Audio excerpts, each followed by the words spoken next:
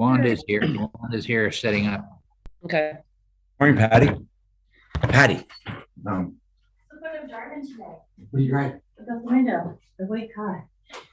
What the? Oh, it's a wagon. Volkswagen. It's my daughter's car. No. 2944, the lane. It's a brand new house. If it's a brand new house and you haven't got a final on it, do they pay property? Who is Patty talking to? Why are we hearing it? I don't know. Okay, it's 9 o'clock. I'm going to call the meeting to order. Sorry, I'll ask if there's any disclosure of pecuniary interest. Seeing none, I'll go to delegations. Please be advised that in accordance with Council's procedural bylaw, no decision will be made on today on the delegations. The committee will do one of the following: A, refer the matter to staff for a report; B, refer the matter to future budget deliberations; or C, take no action. So our first delegation is Rob McCann from Clear Cable. Good morning, Rob. Good morning. Good morning, Mr. Mayor, councilors, and committee members. We're grateful for the opportunity to come chat with you today. We're going to discuss building broadband strategies. My name is Rob McCann. I lead strategy for Clear Cable. We're a team of 50 technologists who focus on building broadband for small cable cos, telcos, municipalities all across Canada. I'm joined today by my partner on this file from Rothschild and Company, Eric Rothschild. Eric, if you could just introduce. Good morning. I'm Eric Rothschild, and I've been working with Rob for several years now. We do the regulatory, the words and music, as I call it, when we are looking at broadband strategies and strategic plans for people like yourselves and other townships and other localities. Excellent. So getting us started, I'm going to share my screen here. Do I have that control today? Yep. You Awesome. can. Okay, so there you should have my material on the screen now. Yes? Yes. Excellent. Thank you so much. So before we get started, I often like to point out that today we're talking about broadband infrastructure, but that infrastructure is really the cornerstone for much more about your community and how it connects to the world and how you fulfill your strategic vision by leveraging that connectivity and the deployment of networks and technology and applications that benefit the citizens. So even though we'll talk about broadband today, I think you should think about it in the context of what comes after broadband. And by saying something that I think you already know, and that is that the township of Severn is what we call underserviced in the broadband world. In that picture there, you'll be fit the map, but all of the red lines on that map are actually roads where residents do not have 50 by 10 broadband service. And that really represents roughly 408 kilometers of roads and roughly 2,653 households. Now, I say roughly, and the reason why I say roughly is because the data is not necessarily accurate. Our different levels of government have been doing a really great job at trying to collect that data, but nobody knows more accurately than those of you who are on the ground listening to your residents today. So I've taken this from the national broadband data, but we know there's inaccuracies, which is one of the reasons why we're having this discussion today. Knowing that, to be able to fulfill that gap is a substantial investment in the millions and millions of dollars to be able to solve the problem. And it's a very, very long duration project. So we really need to be thinking about how is this problem going to be solved in the larger context. Now, we visited council in March of 2022, so a year ago, and just a quick update of what's happened since then, given that huge problem, is there have been no federal Universal Broadband Fund awards to the Township of Severn. So that federal grant money has not come to the township. There have, however, been the the Ontario Accelerating High-Speed Internet Program contracts awarded. They were awarded in August of 2022. We know from the public release that Severn is captured in an area of the map called a lot that has been awarded to Rogers Communications. This is also probably a good time to mention that Clear Cable is an independent operating entity, but we are wholly owned by Rogers, which is one of the reasons why we partner with Rothschild in case in a project like this, which rarely happens, there is ever a perceived conflict of interest. Then my team steps just to the technical aspects, and Eric steps forward on the regulatory and inter-carrier aspects. I will mention, though, that we work for carriers all across the country, even competitors of Rogers. Also, since the last time we were here, some of the regulations have changed. We've got the Getting Ontario Connected Act of 2022. And this act places very specific obligations on the municipality. Now, I'm sure that the staffers are already well aware of this. There are timelines with which they must respond to certain activities by service providers wishing to build in the area. And there are guidelines that are set out here for ISPs, municipalities, and the local distribution companies, the power utilities who typically own the poles, to be able to accelerate delivering broadband. And in fact, the government created something they call Broadband One Window, which is an online portal for stakeholders to be able to collaborate. So requests can be managed for access to put broadband into your roads and onto the poles and throughout the township. We've been working with other municipalities, and one of the more recent ones is just to the north of you there, the District of Muskoka. And what other municipalities are doing now is undertaking a broadband assessment. In other words, doing the work to figure out what the current state is in their municipality. Again, I pointed out at the beginning that the data the provincial and federal governments have is not necessarily accurate. And what we're discovering is that, especially in rural communities, there are small independent ISPs who have popped up that perhaps nobody really knows about, or they're not really on the radar. Or they haven't reported to the provincial and federal government of what they're doing. Exactly. In some cases, this is a husband and wife team who realized their neighbors weren't well served, and they set up a little system in order to serve their neighbors or local cottage goers or whatnot. So a broadband assessment is really about looking at what is the current infrastructure, who is there, what are they doing, and then the other municipalities are moving to building strategies, and the strategies are what we use to fix the problems or the gaps. More importantly, they're also appointing key contacts, and perhaps that's already happened in the township of Severn. But the key contact is the person or persons who interface with the internet service providers throughout the process of deployment. And the reason why this key contact is so important is because deployment is complicated.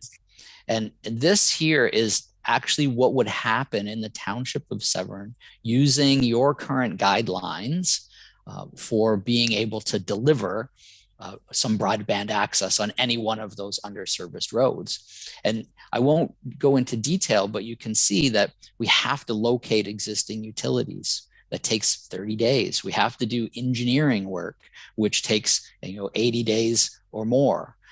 We get municipal consents, then road occupancy permits to put trucks in the road, and additional locates to make sure that the construction doesn't break anything. And finally, the actual construction itself, which can be built at 200 meters per day. And finally, restoration. In other words, if something's been dug up, it has to be replaced. So when you think about more than 400 kilometers of roads that this needs to be done to, you can estimate both the duration of the project, but the complexities of what has to happen in between. And that's why it's so important to have that plan to be able to accelerate or expedite this type of deployment. So I mentioned doing the assessment first.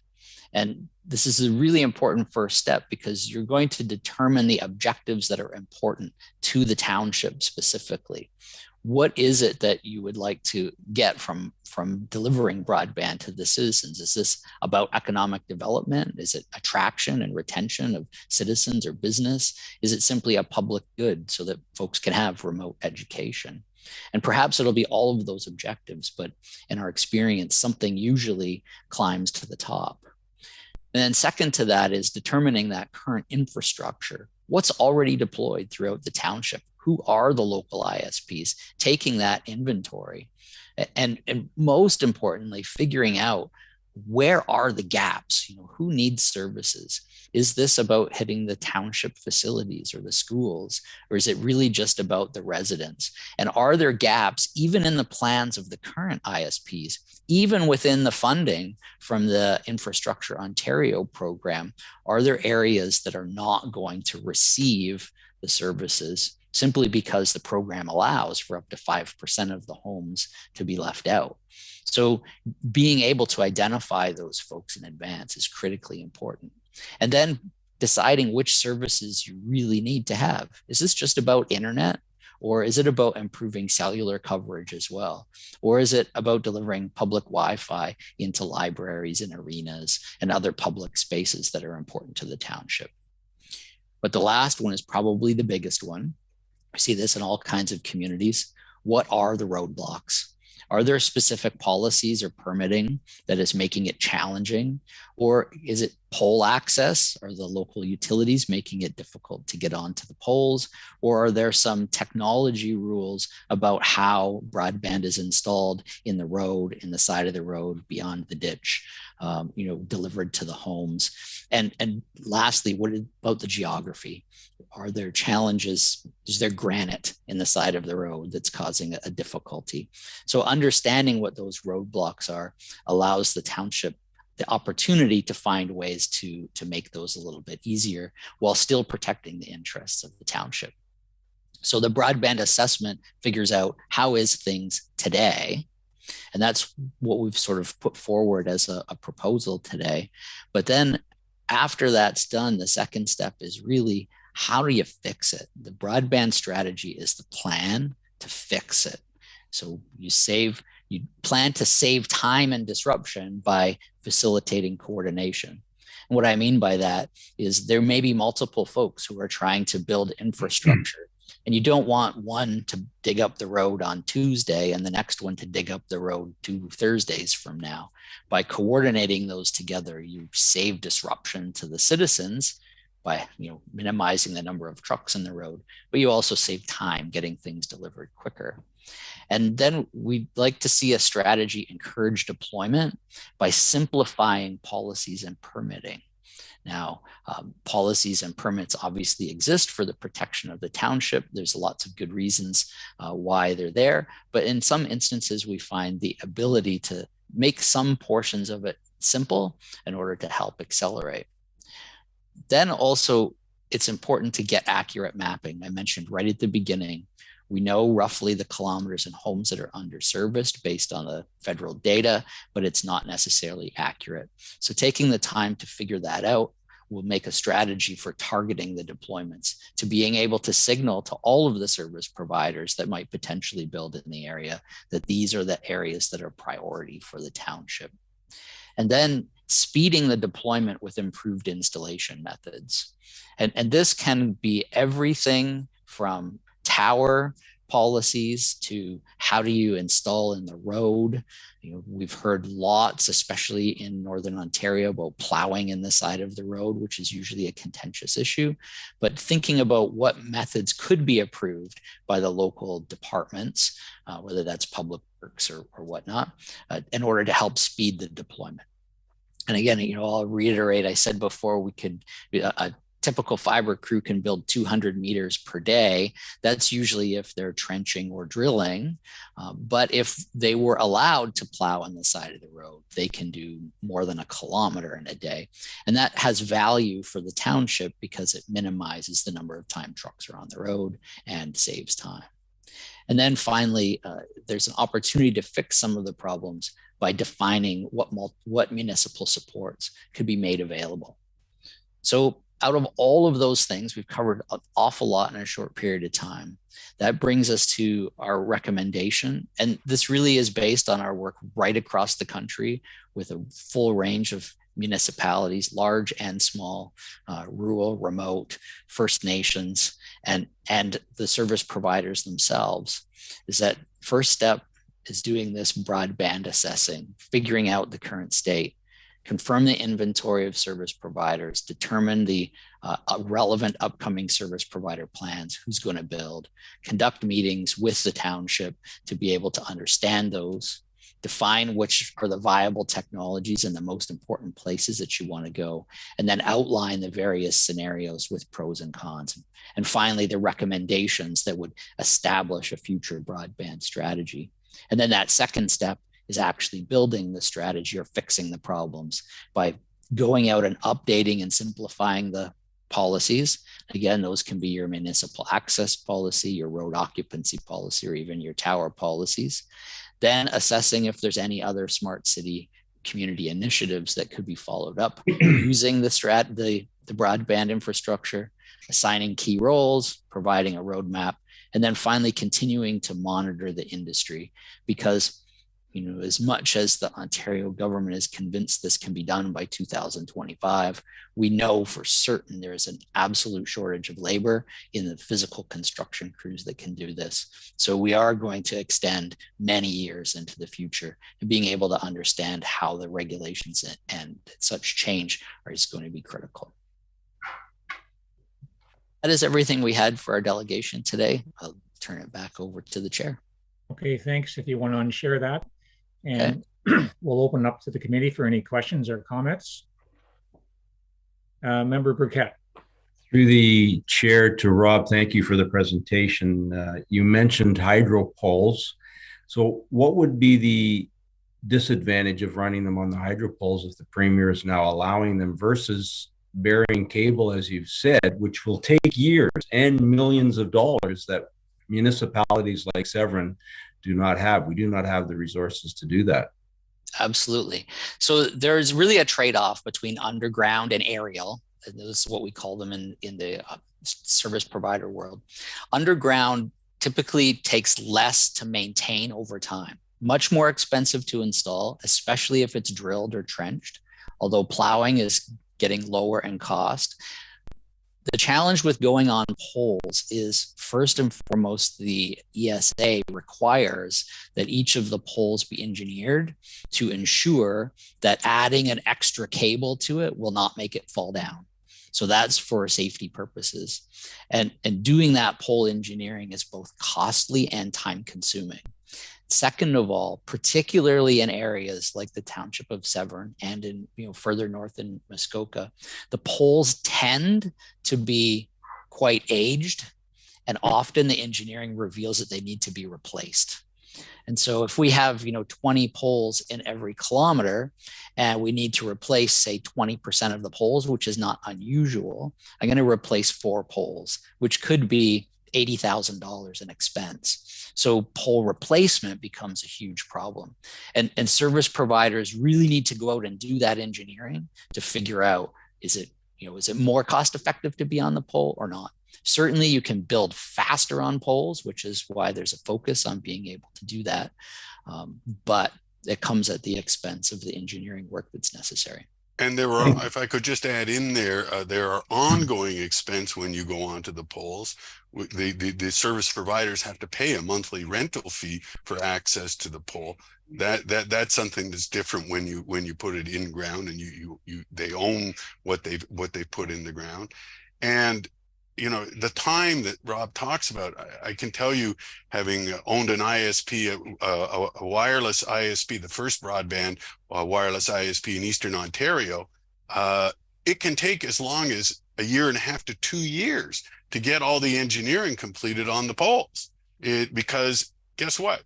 They're not, in spite of the Premier's attempts to make it faster and then more accountable, it takes time. And again, you talk about labor issues, it's finding there are not a lot of players who do the engineering work. And so it's not as much faster and that much cheaper than you might think than putting it in the ground with the one-time expense of putting it in. Supplementary through the chair, if I may, and thank you for your comments. So this will never happen. I can tell you it'll take years, only because of the cost. If we're going to bury cable for the amount of residents that are lacking, and further in our report, there is a recommendation to hire or outsource a consulting firm to assess our township, to do exactly what you did, where you said in your report. We would have had it done last year, of course, but there was a member of council that had promised that the minister Surma was going to provide us with all this internet service in Severn. It never happened. Anyways, passed. But I see it never happening. So tell me the difference, if you can, between running satellites. So a satellite service that we know is inexpensive, that they pick up off of your Rogers cable that runs up highway number 11, that would service our whole township in a relatively quick, timely manner, and it would be relatively cheap and expensive.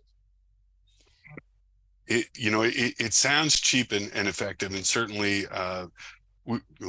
we've followed this. I've been working in the low Earth orbit satellite and with Starlink and people like that for several years now.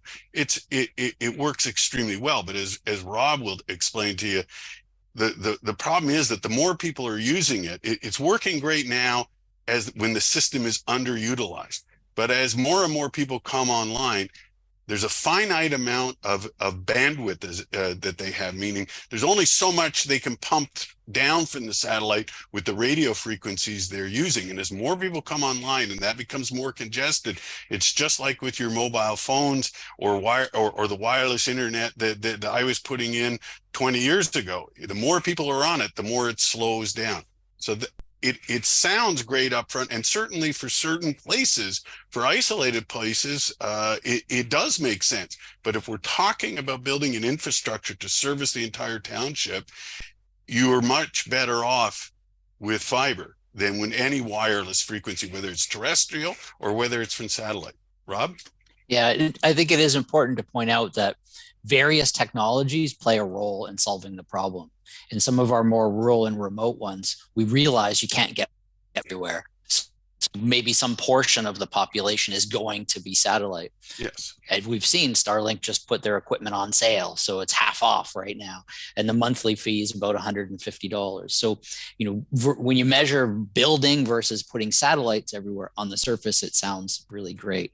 What we don't totally understand, and what the data suggests to us, is that if everybody has a satellite, then that bandwidth that Eric referred to is going to be full. And you may remember this from fixed wireless access of the past. You may remember it from cable of the past. In fact, I think, some of the large telcos put out ads about, the neighborhood is congested. And essentially that is the matter. We only have so much radio spectrum that can come down from the solar system, and they can put more satellites up, but that's also contentious. So we're really in this place where satellites will be popular for a very short period of time, and there will have solutions for them for the future. But as Eric said, if we're going to deliver the internet of the future to our residents, we need to have high bandwidth capabilities that are just not going to be available in the long term from the air. If I could also add something to your original question about, you've heard promises before, we're going to have internet, and the government hasn't come through. There's no doubt that there have been delays beyond what we were originally promised when Ottawa and Queen's Park got together and pooled their money, $4 billion for the province under Infrastructure Ontario. There's no doubt that it has taken longer to get going, but we can tell you from our experience in dealing with One Window and with Infrastructure Ontario, the delay has been in setting up the systems to support the providers coming in to get the money and to work with municipalities like Severn. But the systems and procedures are now very much in place. And what we're finding in other communities is, yes, there were delays in getting going, but 2023 and 2024 will be very active years. We'll actually see shovels in the ground or wires on the poles in many areas. And can I promise that would be Severn at the top of the list? We don't know what they've been planning. We know that some money has been allocated out of that $4 billion to Rogers to deal with Severn and Port Severn, but we don't know what the plan is yet. That's part of what the original analysis is about, or assessment is about, is to try and figure out what are they planning, and for you to have input on how that plan is implemented. Okay, thank you. Member Cox had her sign up. Hi, through the chair. Thank you very much. One of my first questions is there a timeline for completing, if we start this, a timeline for completing the assessment? Typically, our assessment is going to take about 6 to 8 weeks to get done. Okay. In some very difficult cases, it might take 3 months, but that would be very rare. Okay, and the other one, so when you said that someone needs to facilitate things at the township, so we need a person that will work with you, or is this after it's finished and we need to move forward? And do you help us with that? Well, one of the things that we like to recommend is that you do point a single point of contact, both for the project of doing the assessment and building the strategy, but also for the long-term interfacing with the service providers who are building.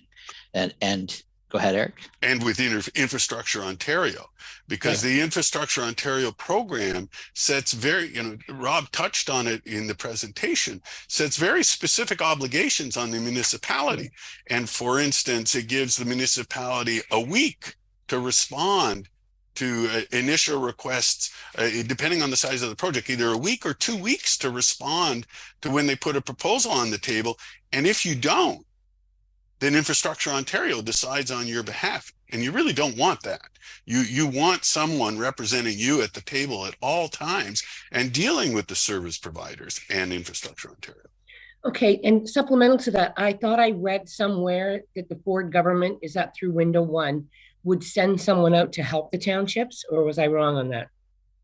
I've never heard about someone going out to deal with the township. It doesn't mean they wouldn't. It's very possible, but certainly what they've done is created a department and systems and procedures and people at Infrastructure Ontario that are, quite frankly, are even sometimes difficult to get on the phone. They want everything to be done online. Okay. All right. And the other question I had is, we're involved with SWIFT. How does that work with us? Well, it's just another funding mechanism, right? Okay. So particularly if you can isolate where the gaps are in the Infrastructure Ontario planning, what's not going to get serviced, then having that go through SWIFT's funding would certainly be an opportunity. Okay, so I guess what I'm really trying to say in the end is, once you do this assessment, then we're on our own? Not necessarily. We would propose to help build the strategy and to fix the policies and to be able to get things together.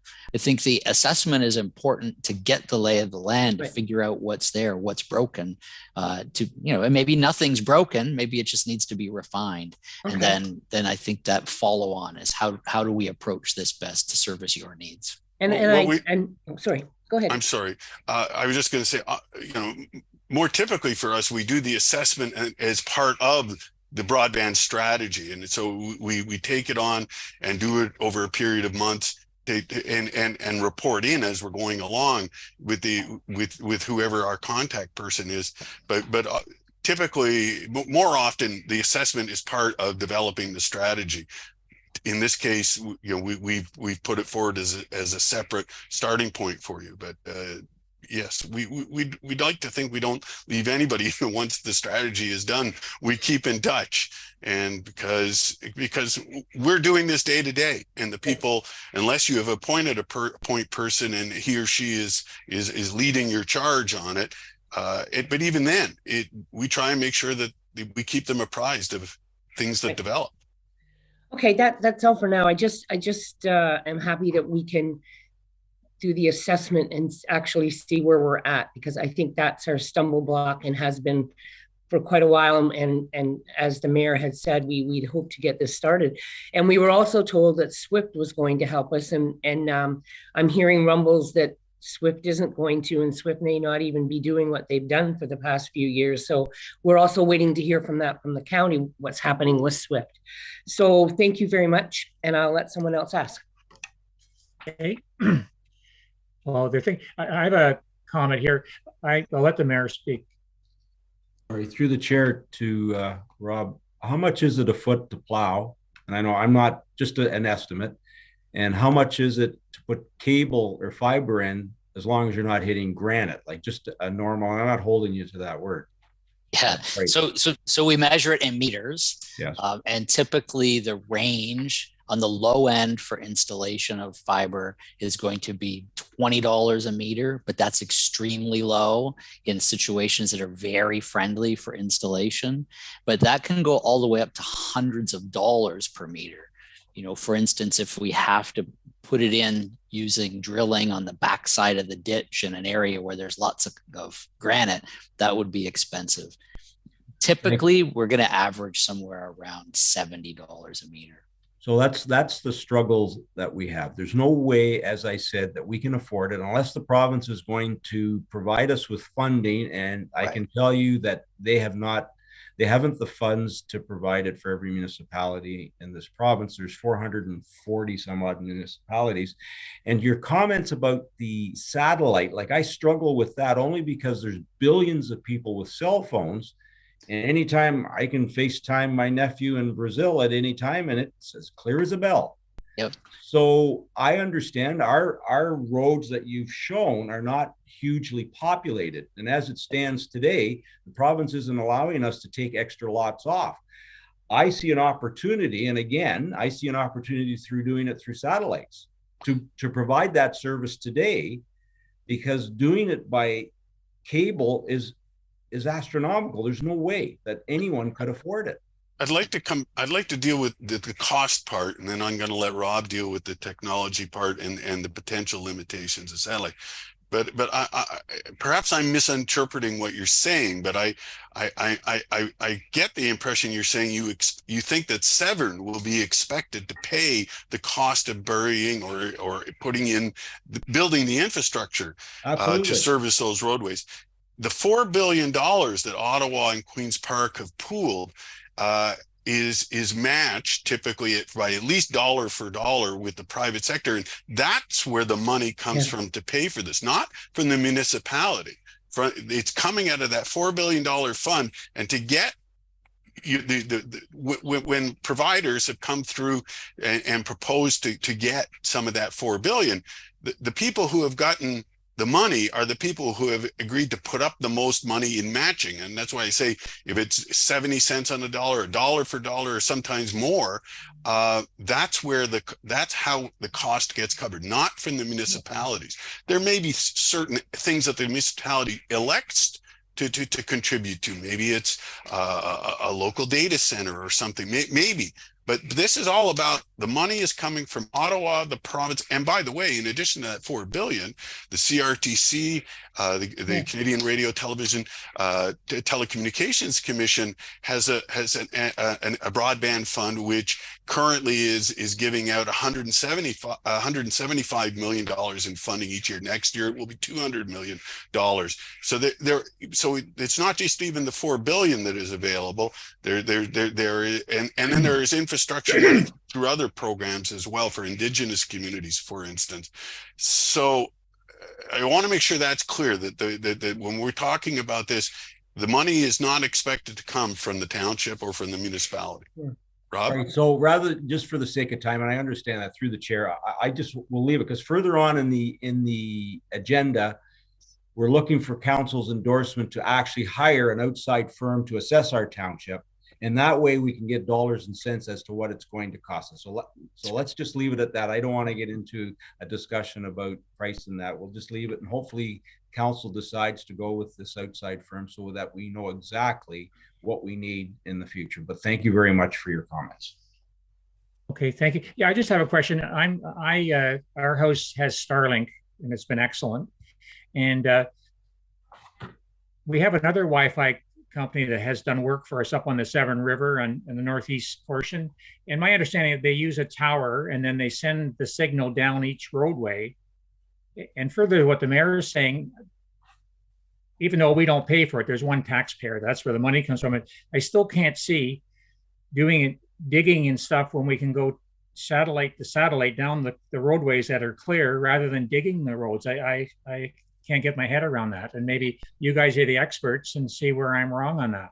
Yeah, well, I will not say that you're wrong on that. Well, what I will say is that at this stage, without doing the assessment, we don't know what we don't know. Yeah. But we're certain that it will be a mix of technologies. There are places that you just will not get to with fiber, and maybe the satellite is what goes there. Or maybe a local ISP, it's someone who started up with their own little tower, like it sounds like you pointed out, will be the one. So it's important to figure out those gaps and then figure out the most efficient way to fill the gap, but still making sure that the residents are getting the 50 by 10. Okay, Member Cox. Yeah, through the chair. I think what we need to keep our mind on is that these people are here to help us assess and find out where our gaps are.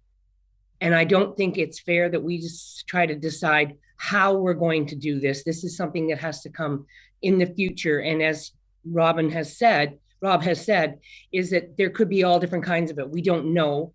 And there are all different types of service providers. We could have Rogers, we could have independent, we could have anybody.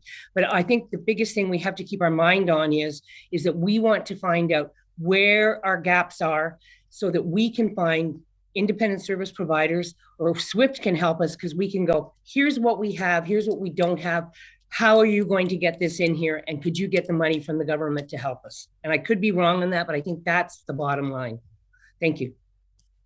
Okay, thank you. Any other committee members have any comments? If not, if Allison could read a motion, please. Thank you, Mr. Chair. So the motion reads that the delegation by Clerk Cable regarding a broadband strategy for Severn be received and referred for a staff report. Okay, we have a mover for that, please. Moved by Member Brennan, second by Member Cox. All in favor? And that's carried. Thank you very much. I hope you have a great morning. Thank you. Thank you. Thank you for your time. Thank you. So we'll go to our second delegation, Keith Taylor and Colin MacDonald from One Investment. Good morning, Colin. Good morning. Thank you for the opportunity to speak today. Joining me as well is our Chief Investment Officer, Keith Taylor. So I know we have a limited amount of time today, so I'm going to go over our presentation very, very briefly. We're going to touch on some key points with respect to who One Investment is, a high-level overview of municipal legislation with respect to investments, some of the areas that One Investment helps with that. And then I'm going to hand it over to Mr. Taylor, and he's going to go over a few key considerations when it comes to making decisions with respect to investments, investment allocations, etc. I'm going to share my screen here. I assume you all have a copy of this presentation, but just want to make sure you guys have this. All right. So, One Investment overview. One Investment is a not-for-profit. We were, this year is actually our 30th anniversary as an organization. We were set up to specifically service the municipal sector. We are an organization that was co-founded by two municipal associations. The Association of Municipalities of Ontario, specifically their business arm, LAS, is a key partner in One Investment. Additionally, the Municipal Finance Officers Association of Ontario. So we got together about 30 years ago to create this program, understanding that municipalities have a very unique set of requirements with respect to municipal legislation. And we wanted to provide municipalities with access to solutions, really, with respect to investments that sort of guaranteed compliance with municipal legislation.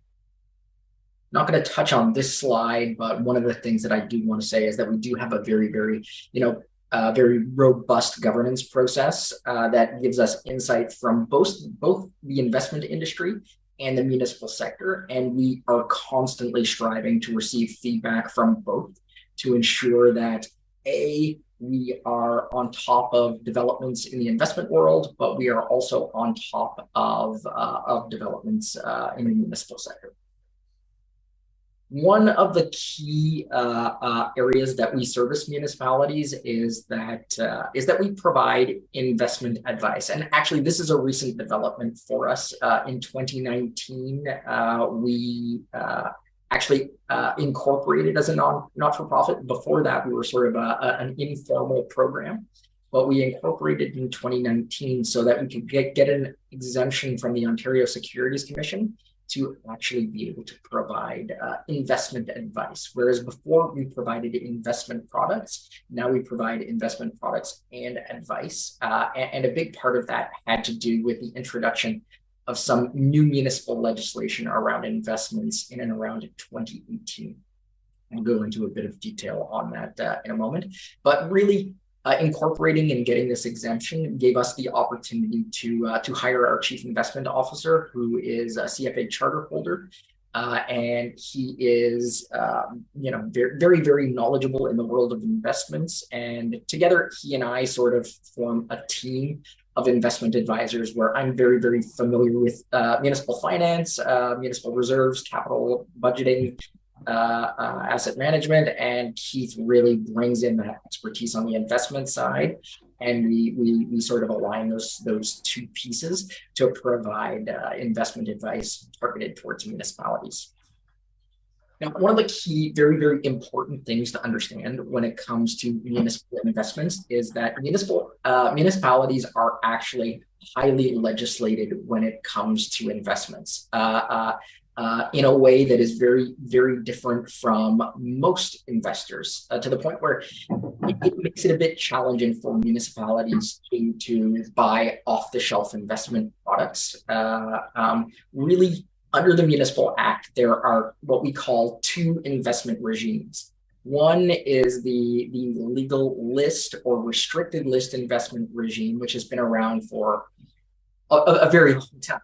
And really, this helps municipalities sort of manage the risk of choosing particular investments on a security by security basis. So it is highly restrictive and it limits what municipalities can invest in. On the prudent investor side, which was the legislation that was introduced in late 2018 for municipalities in Ontario, This opens the investment world. It doesn't actually reduce or limit the types of investment securities municipalities can invest in, but it does create very, very strict requirements around the governance regime. Essentially, the municipality has to make a decision to opt into prudent investor, and then once they do so, they delegate all of their tactical sort of investment decisions to an investment board, which is a municipal services corporation. Municipalities would basically make decisions with respect to their investment policy statement, and they would manage their cash flow work. But then after that, they would hand over the actual deployment decisions to an external board. Not going to touch on this one. This is really providing a bit of an overview of the legal list versus prudent investor, some of the benefits of either. This is really just a slide indicating that, we do service quite a few municipalities, 195 municipalities or local boards. That population NA here is related to local boards, but we do service, the largest proportion, 34% of the municipalities that we service would be sort of in and around the size of the township of Severn. Really, what One Investment offers, we do offer programs on both sides, the legal list and the prudent investor side. On the legal list side, what we offer are products that we make available that are guaranteed to be compliant with municipal legislation. One thing to note is that there are two types of investments that are only available through One Investment as per the legislation. Corporate bonds, long duration corporate bonds, really with a time to maturity of greater than 4 years, cannot be accessed except through One Investment. Additionally, access to equities, so Canadian equities in particular, really only available through One Investment as well. So it's you can't say go buy a bond fund or even get access to a particular stock from any other financial institution and have it be compliant with the municipal legislation. So really, on the legal list side, what we provide are turnkey products. We provide products that are guaranteed to be compliant with the legislation, and municipalities make decisions about where to invest their money. On the prudent investor side, we actually take over your entire investment portfolio. So it's more of a full service to turnkey solution. There are currently 9 municipalities in that particular program. So it is new and growing. So right now, again, this is some more detail on the various products. I'm not going to touch into this, but I'm going to hand it over to Keith so he can talk a little bit about some considerations for investing. Thank you very much, Colin. There's a lot I could say about investments. Obviously, for time constraints, I'm going to focus on 2 key nuggets of advice. The one in front of us is talking about equity.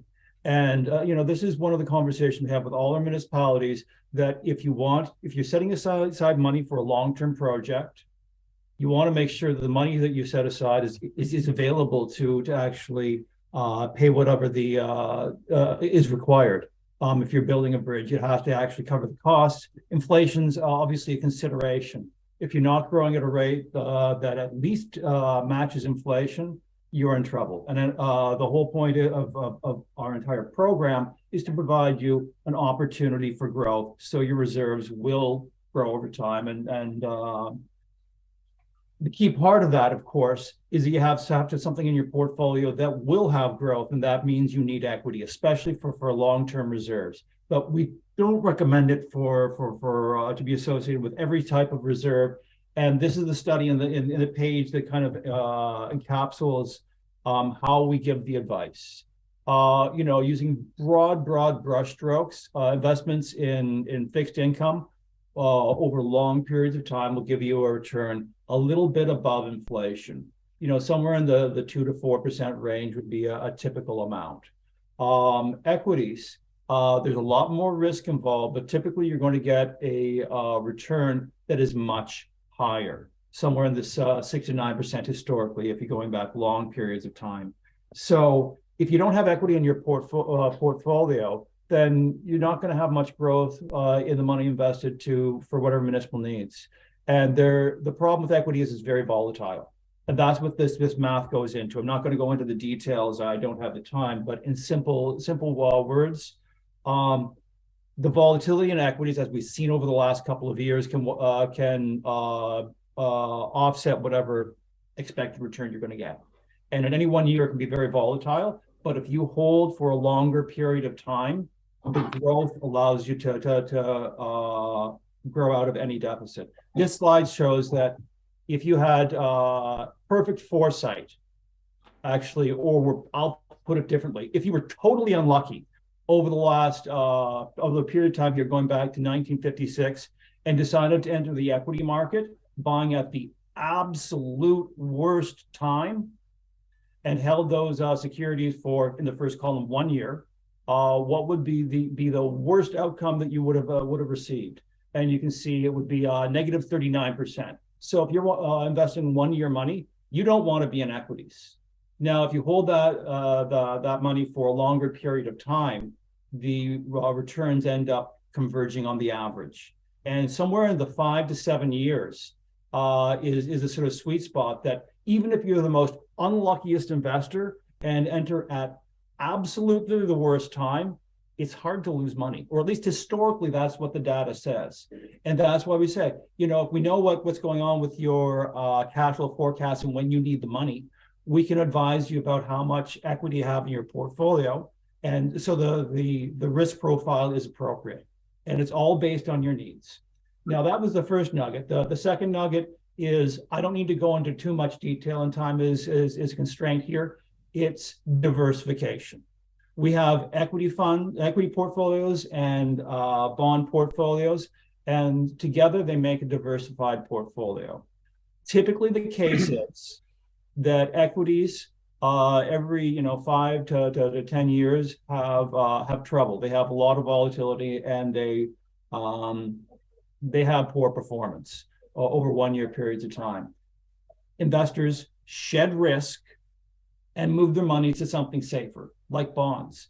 And it's typically the case that when equities are performing poorly, fixed income actually performs well. It hasn't universally worked, but that's a general theme. And it's you can see it on the slide here. This is showing the times when the equities are down more than 5%. The fixed income tend to hold their value or go in the opposite direction. So having both in your portfolio helps to reduce the overall volatility. In layman's terms, don't put all your eggs in one basket. So 2 nuggets of advice. I could talk for a long time, but I don't think we really have the time for that. I'm going to turn it back to Colin to briefly touch on the fees that are associated with our products, and then we can turn it back to the council for questions. Thank you. Thank you, Keith. So I'll jump back and just talk very, very briefly about fees.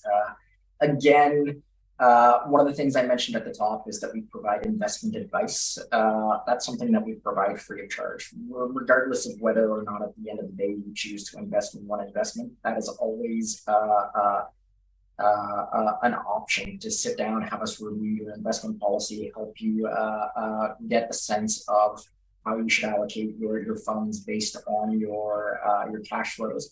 But aside from that, if you do choose to eventually invest in some of the one investment products, we do charge a per basis fee, which is largely to recover our costs and to pay sort of the external managers as well. So each of our funds, I'm going to just detail the legal list fees right now. I'm not going to go into too much detail about Prudent Investor. Can always discuss that later if that's interested. But same concept, same sort of structure in a lot of ways.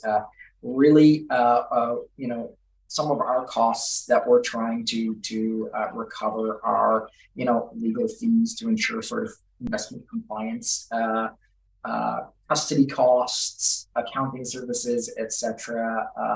But really what we're providing is professional fund management and diversification, investment flexibility, and liquidity. Our investment funds are fully liquid. If you need your money in like now, we can get it to you within 3 days. Performance reporting, professional performance reporting, investment oversight. Again, that very, very important regulatory compliance guarantee, which no other organization is really going to fully be able to provide you.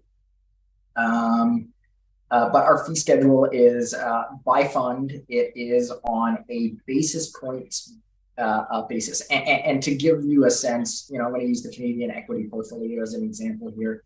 That says 50 basis points. Again, because we are a nonprofit, we sort of reassess our fees every annually. And in December 2020, we actually reduced the fees from 60 basis points. But the idea of a basis point is that it is, 100 basis points is 1%. So really on whatever amount of money that you have invested in one investment, the total funds on a daily basis, fees would sort of accrue over time. So really it just slightly reduces returns rather than us having to send you an invoice or that sort of thing. With that, what we'll do is open it up to questions. There are a lot more slides here than we actually spoke to. You're more than prepared to talk about anything you see here or any questions you have aside.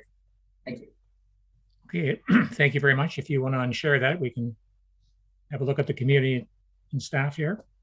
So I'll open up to the committee for any comments. I'm just wondering if our CAO or our treasurer would like to comment. Thank you.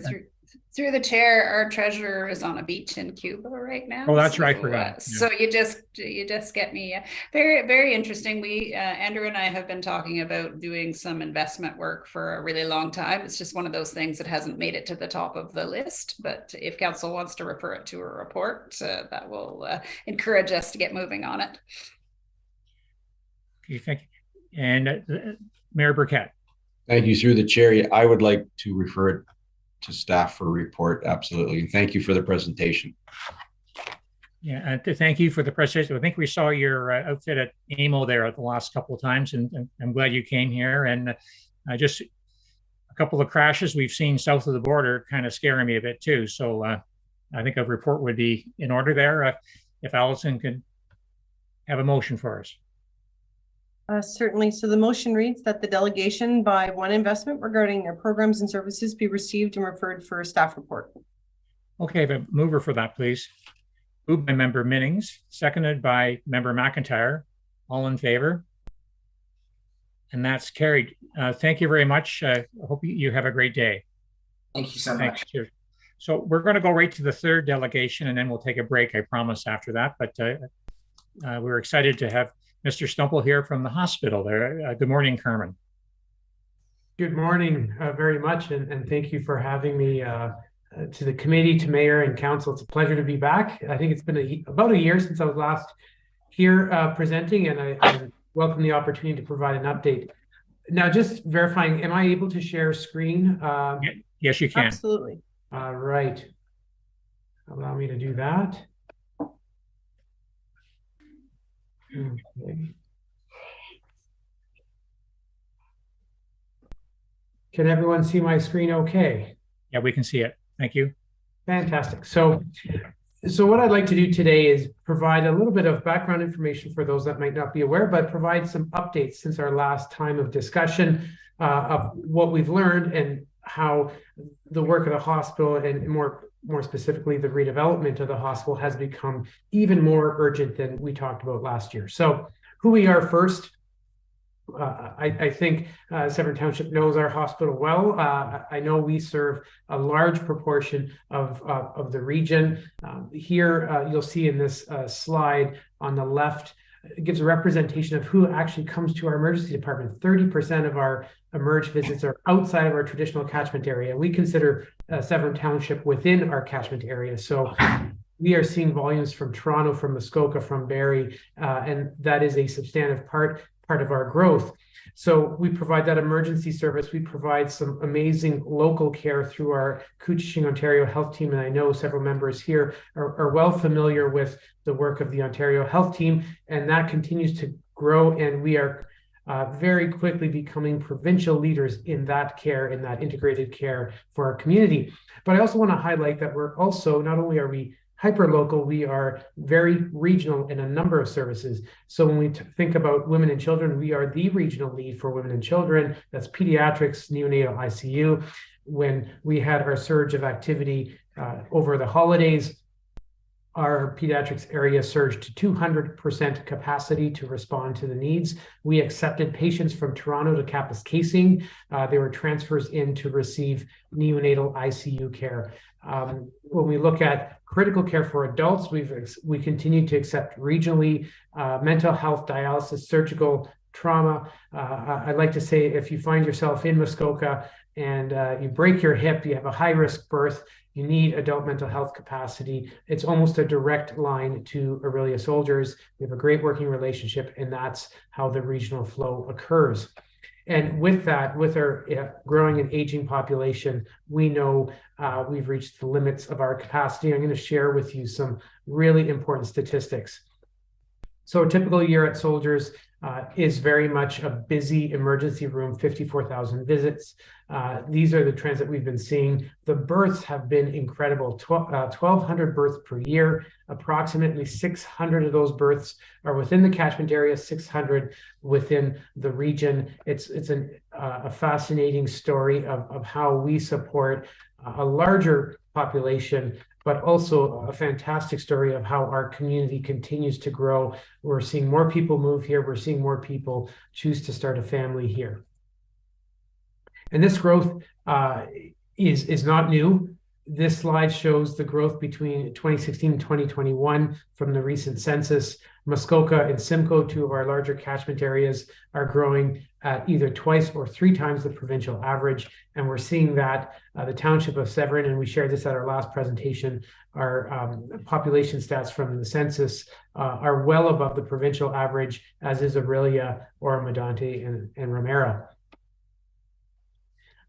This is a new slide, probably the most important slide in this deck, and I'm going to spend a few minutes talking about it. So we were able to acquire information from the Ontario Hospital Association. So this wasn't data that we generated. This was independent data that was generated by our hospital association. And they looked at occupancy rates. So actual patients in beds compared to what the baseline funded beds was. So it's an accurate estimate of what you were originally intended to serve versus what you are actually seeing within the facility.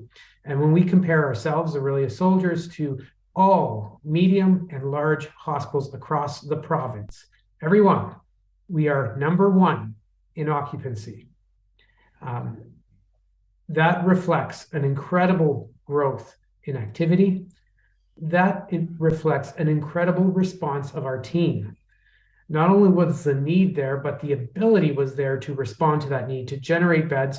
It wasn't always pretty, and if you've seen our hospital, you know it's not always pretty. We had to generate capacity. We added 5 beds in a rehab facility. There's no walls, but we added it because our community needed it.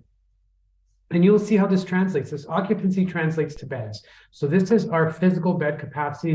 The dark purple line shows the actual bed growth in the last 5 years. That is phenomenal. We've grown an incredible amount of new beds, over 50 beds over the last 5 years, and that's purely based out of patient need.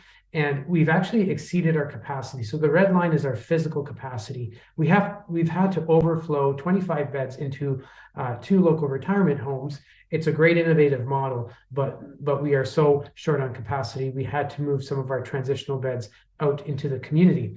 So this growth, there's 2 dashed lines there. The steeper line is the more recent growth projections. So when we look at the more recent census data and the Ministry of Finance data on population statistics, we know we're going to need more beds than we originally thought. We know we're going to need them sooner than we originally thought, simply because the growth in our communities is demanding that, and we're seeing that need and responding to that need. And what is fascinating is we've been able to review these statistics with a number of people at the Ministry of Health, Health Capital Branch, with Minister's Office, with Premier's Office, Ministry of Finance. These statistics are not debatable. They are fact, and these are our reality in terms of growth. So what do we have to work with? This is what you would recognize in our facility. We did an exercise. If it took us 9 or 10 years to build, what would the age of our buildings be? And you can see here, we went through a phase of adding a new building every 10 years, 52, 62, 72, 82. That's not the way to design a hospital. That does not create effective space that is efficient, that is patient and family friendly. I will point out, we have a wing here that's named the Princess Elizabeth Wing, not Queen Elizabeth Wing. It was commissioned before the Queen was a queen. That is the age, and we have some of our most critical care, critically ill patients of all ages served in those very antiquated facilities that are in the realm of 60, 70, 80 years old. Now, we also have a few photos, and again, for those that have been through the facility, you'll recognize this: crowded hallways. We've had to increase our ICU capacity by 2. And we had to do that in the same room. In the middle picture, you'll see that. That is not the way to design ICU space. We did it out of necessity. And we recognize that the vast majority of our beds do not meet standard. And we're also dealing with old and antiquated systems. So the next slide is a video, and I want to show you what happens when you have high demand services. We have a dialysis unit, which is high demand on water infrastructure in an old building over top a very, very expensive MRI suite.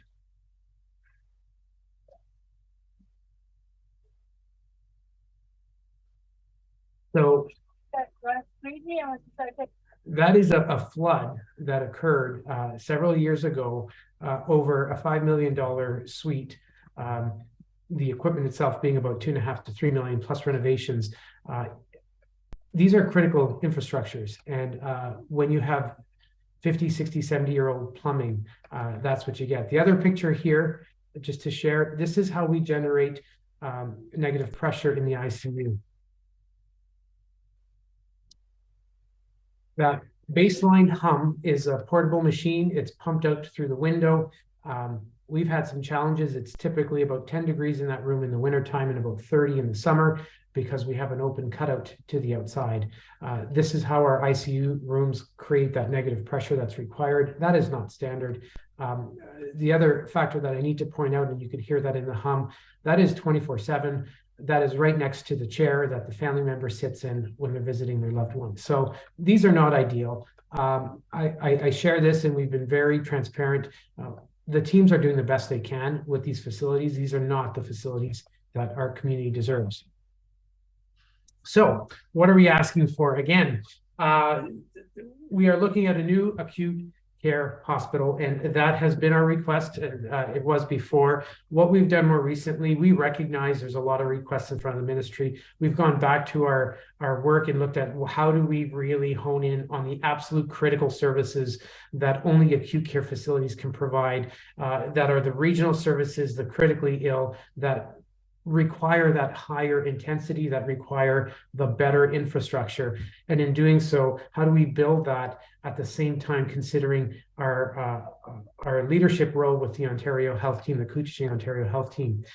So we've submitted that proposal in. What we're finding is the opportunity, and I've mentioned this before, but we've developed this idea further to say, how can we repurpose the existing site? And if you recall that diagram that I showed of all the different buildings, there's 8 buildings on campus, 6 need to be torn down. There's very little value in trying to keep those buildings. There's millions of dollars of repair that are required, but the 2 that can remain can serve very well as a reactivation center. This is a concept that has been done in Toronto and other areas in the GTA where the facilities aren't appropriate for acute care, but for reactivation, a lower intensity of care, they could be very well served.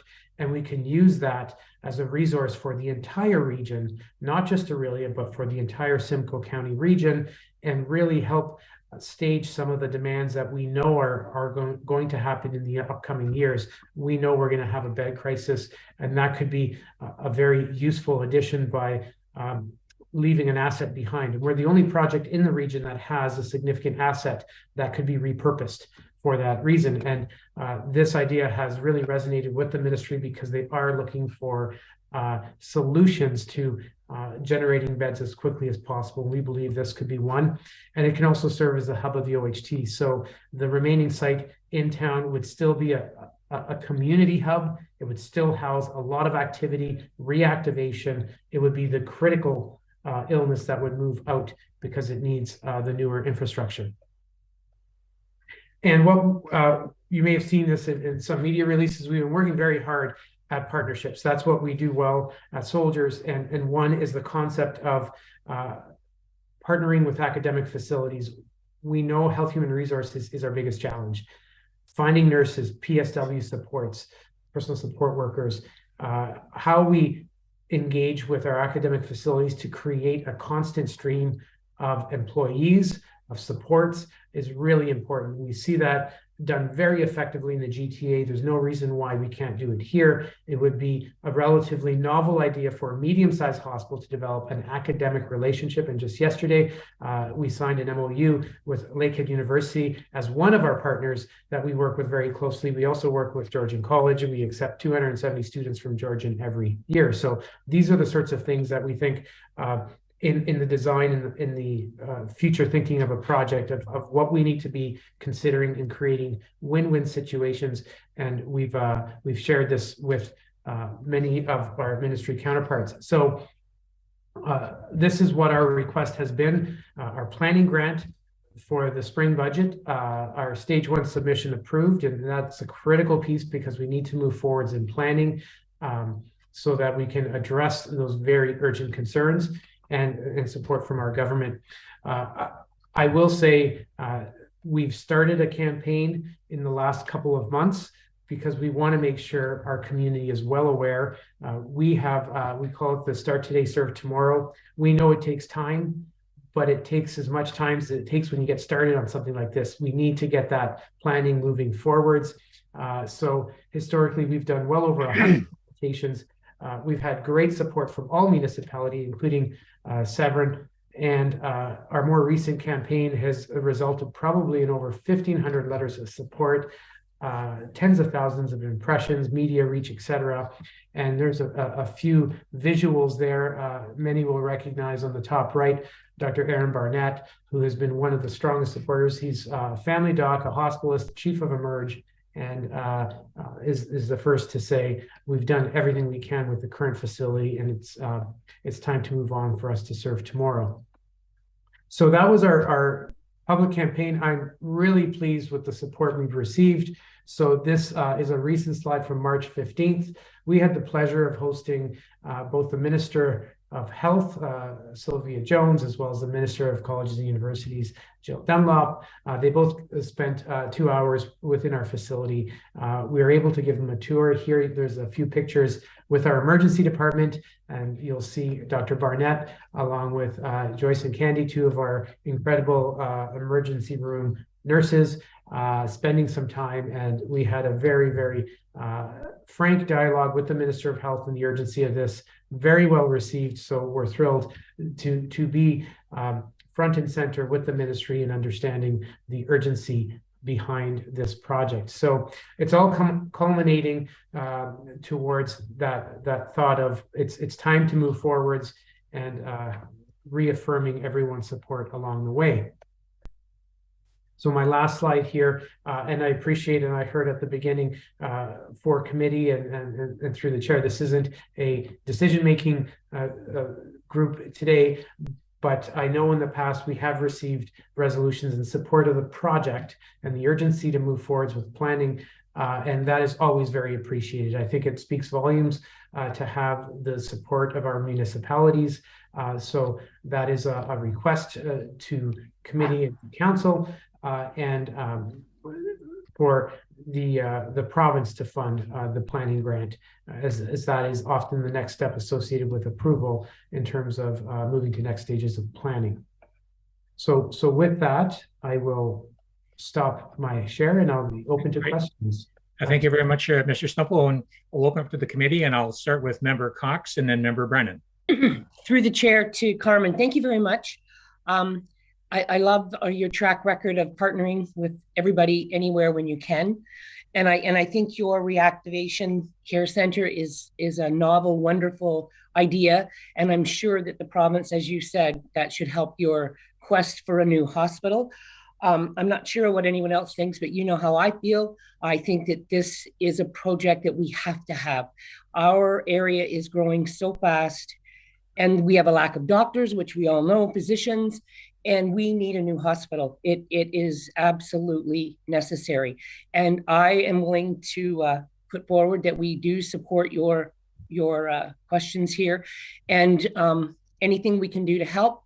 I know that Severn will really try to help. And I want to thank you very much that you donate so much of your time and effort and putting this. And I do love your Start Today, Serve Tomorrow. I think it's the perfect saying that people should pick up and carry on, because this is for our children and our grandchildren and future generations. And we've needed a hospital for a long time. Thank you. Thank you very much. Member Brennan.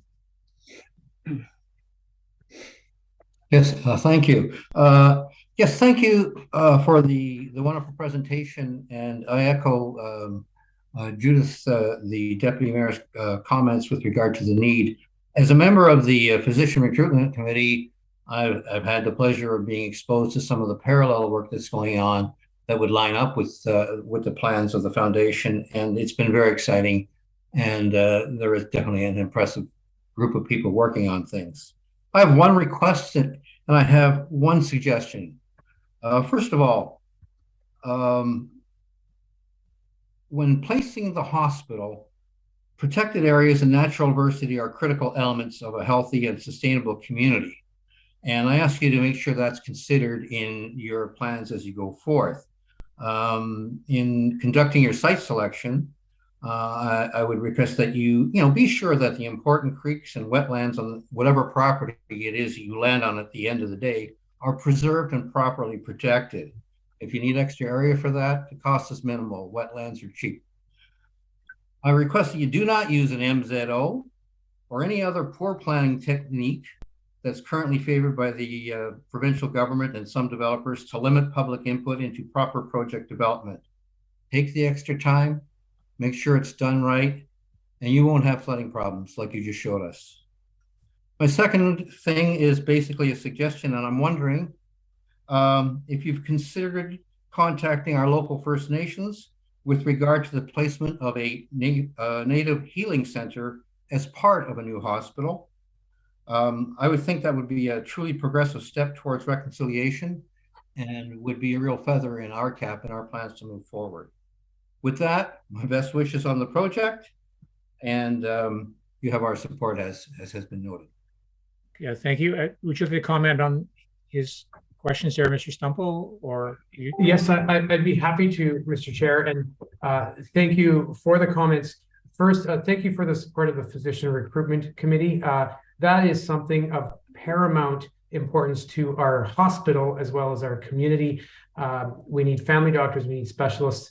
And when I talk to one of our most passionate family doctors, Dr. Kim McIntosh, she'll be the first to say, if we want to attract doctors here, we need to provide them with the right infrastructure, and that includes a new hospital. So there is a link between all these services, and what we do very well is connecting family doctors, specialists, and everyone together, and the hospital serves as, it's not everything by all means, the strength of primary care is so huge, but that infrastructure is essential. In terms of the site selection, we are committed to a process for sure, and we want to make sure we've been very transparent in what we're looking at and how we're moving forwards, and the decision will be made through a process.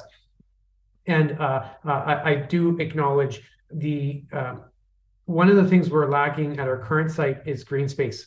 And there's a lot of evidence to show that green space, it has healing properties. And in a city like Aurelia in Simcoe County, there really isn't an excuse for not having green space in a healthcare facility, because our patients, our families, our caregivers would benefit so much from it. So I will state that.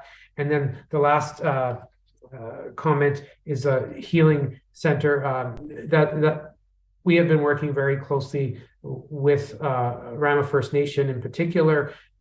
Chief Ted Williams has really leaned in support of a new facility, and we have been under discussions around what kinds of services could be made available. We currently have a healing circle within our current space, and we want to ensure that the notion of a Indigenous healing opportunity exists. So I think that's great advice for us, and I think it will be something to continue to pursue as we go in the next stages of planning. Great, thank you. Member Burkett has a sign up. Thank you through the chair to Carmen. Thank you for the presentation, Carmen. And I'd hate to see the Princess Elizabeth wing go. I think 3 of us were born in that wing. But moving forward, I think this is probably the best time for us with 4 ministers, actually 3 ministers and 1 attorney general, all part of this government and within this riding. So Minister Smith, Minister Dunlop, Minister, who's the other one? Downey, yes. So I think if we're going to strike, we need to strike now. And I want to thank you for everything that you've done. And I think your article today in Aurelia Matters sort of suggests where it might go, and of course you're not going to say anything, but what a partnership that would be, and what a spot for it. But I wish you all the best in anything that we can do as a council. You would have our full support. Okay, thank you. Anyone else have any comments? Okay, if not, Allison, have you got a motion for us to have a look at? I do. So the motion reads that the delegation by Soldiers Memorial Hospital Foundation regarding the future of the hospital be received That a resolution of support be brought forward to the next regular council meeting. Perfect. We have a moved by member Cox, second by member Brennan. All in favor? That's carried. Thank you very much, Carmen. Hope you have a great day. Thank you very much, and to you as well. Bye-bye. Okay, good. And I think we'll take a break till 10:30, if that's okay, if everyone can get replenished.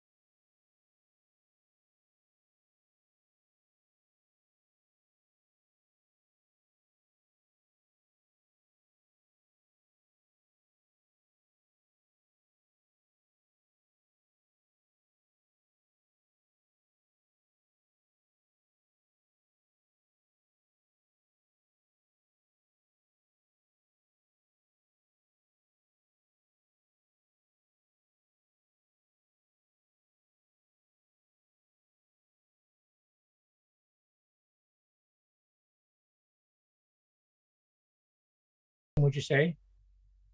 No, the Phil mayor's not. and the mayor. And Phil's computer is Again? frozen. Yeah. He's having, maybe we should look into some high-speed internet for him. Yeah. Judith, go back to that euchre. What day is it? It's Saturday, April 29th Yeah. at the Legion. And you just let me know. And what happens is we used to organize the tables and then it got chaotic. So what we do is everybody just comes in. If there's 4 people, they sit at a table. If there's 2 people, and then when we look at, once everybody sits, we just jiggle everybody. So there's 4 at every table. Good. 6:30. We're friendly. $15, 6:30. Right, Dan? Notify Judith. I got a piece of paper here. I think we're just waiting for the mayor, I think. He'll be along presently. Is he delivering donuts or that's already been? Coffee run, I think. Probably ran into the high school students. No, it's too early. Well, I don't know. They seem to be in and out all over. Well, then if they're not them, it's somebody else. I went into the one at Horseshoe Valley today, and I thought it would be jammed, and I drove like right up to the order and was one away from the window. And yet sometimes you go and it's right out. Yeah. Mr. Chair, we can start. We've got we can start. agenda to do. Just that we're only on the correspondence one. Yeah, Okay. we're on the consent agenda. So I'll go section D. Does anyone like anything pulled from correspondence? Member Cox. Yes, I would like to pull D2.1 about the Gables storage for Watercraft, and D2.3, the insurance, reducing municipal insurance costs. Please and thank you. Thank you. Member Brennan. Yes, D 2.2, please. Very good. So now we have a motion for adoption of the agenda. yes. So the motion reads that the agenda be adopted, including consent items, with the exception of items D 2.1, D 2.2, and D 2.3. Okay, we have a mover for that, please. Moved by member McIntyre, second by member Cox. All in favor? And that's carried. Okay, into Public Works. We'll go right to F 1.1. And Mr. Burke, would you like to speak to that?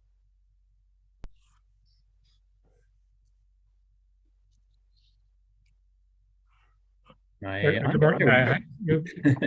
morning, Gary. Good morning. F.1, just grab the title of the report.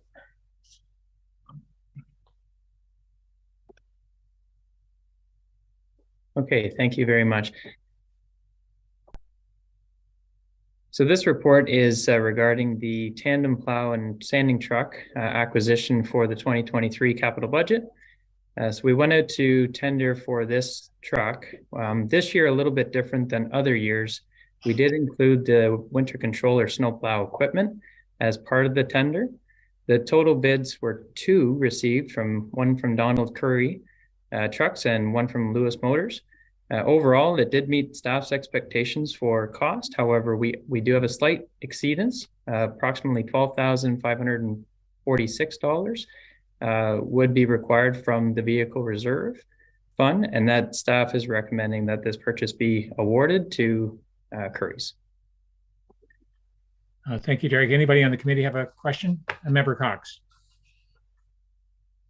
Through the chair to Derek. Derek, is it just because, like, are we seeing a lot of extra costs just because everything's gone up? Like, is that the rationale on this, that we assumed it would be this and now it's just risen with no apparent reason except the pandemic?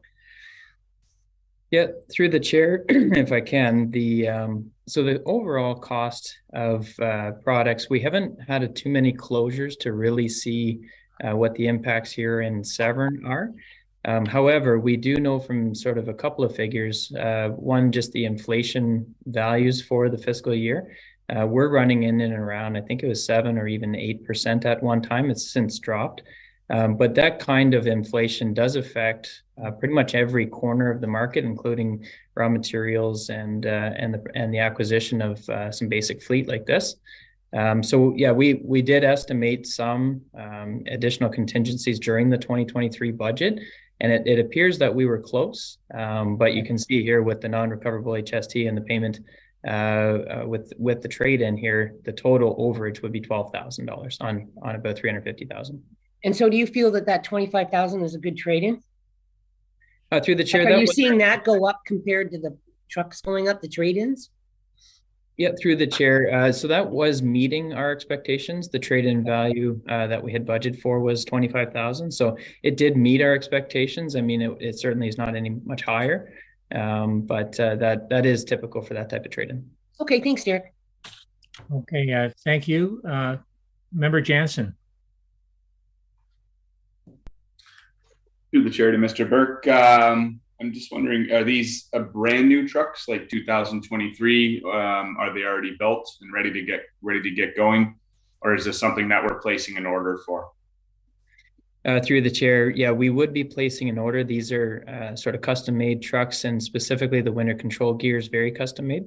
Lead times used to be somewhere in the 8 to 10 month range, which was pretty reasonable. We'd sort of acquire it in spring and have it ready for the winter control season coming. But in the last 3 years, we've really had a supply chain issue. We've actually just acquired the 22 purchase this past month.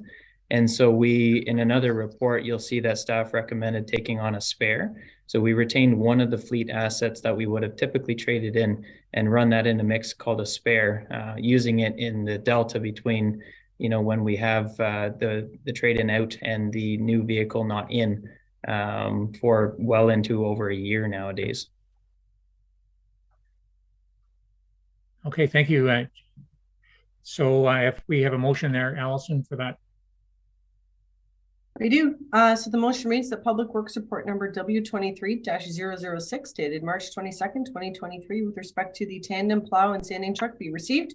And further that the bid received by Donald Curry Trucks Inc. in the amount of $351,795, including the trade-in value of $25,000, excluding HST, be accepted. And further that the additional $12,546.60 required to complete the acquisition be approved. And further that the deficiency be funded from the roads, equipment, and vehicle reserve. Thank you. We have a mover for that, please. Moved by Member Jansen, second by Member Minnings. All in favor? Great, that's carried. We'll go to F 1.2. Back to Mr. Burke, diesel fuel tank. Thank you, through the chair. So this report here does two primary functions. One is to advise council of some spending that happened during a lame duck period through some delegated authority. And what that sums to is we had two existing below grade fuel tanks that were sort of an unknown age and relatively known condition, however, deteriorating condition. So a project was carried forward into 2022 to seek the replacement of those and also the abandonment of the existing ones, which does require removal. In total, we retained a contractor and a number of sub-trade contractors to the tune of $85,000 to provide the new tanks. And so new tanks are installed. They're about 13,000 liter capacity, and they're located at each yard. So those are up and running and ready to go. Now, the next phase of the project is to decommission and remove the existing below grade tanks, and we have that shown in the 2023 capital budget. So that's the first component of the report. The second is to talk about an additional enhanced feature. And so while we were working with our contractor to bring in the new tanks, he had mentioned that there are some pretty interesting new and relatively reasonably priced fleet management tools and fuel management tools that will track who and when and how fuel is being dispensed to our various fleet. And it'll provide great statistics, and ultimately it will prevent theft if that is an issue here in Severn. We don't believe it is, but it does prevent theft or the opportunity for theft of fuel. It also helps us manage our fuel timing for refills, which lowers sort of risks of not having adequate fuels in emergency situations and things like that. And sort of lastly, it can help us track our fuel usage and report that back to the, we have a couple of agencies we need to report our energy consumption to. So that'll ease that process. And over time, we may use this tool to try to limit the amount of fuel that we do use through some statistics and analytics and things like that. So it's a very interesting opportunity to add this feature to the new tanks, but there is a cost. And the cost I've shown here would be another project basically, or a project for $20,000, and then an annual operating of about $175 per month for the cloud-based service. Okay, any comments from the committee on the proposal? If not, a motion to approve, I guess. Member Brennan. Yeah, I move to approve. Yeah, we'll let Allison read it. The motion reads that Public Works Report number W23-007 dated March 22nd, 2023 with respect to diesel fuel tank replacement be received. And further, that the proposal received by ASI Fluid Management for the fuel management system in the amount of $20,745 excluding HST be accepted. And further, that the additional capital funds required to complete the work be approved. And further, that the deficiency be funded from the capital reserve. Okay, thank you. We have a mover for that, and that's Member Brennan, seconded by Member Jansen. All in favor? And that's carried. Okay, we'll go to F1.3. Is Mr. Vieira going to speak to this one? Through the chair, yeah, I believe so. Yeah, good morning, Alex. Good morning. So, to the chair, so last year the Public Works Department was requested to look into an all-way stop control request at Turwood Lane and Hawk Ridge Crescent.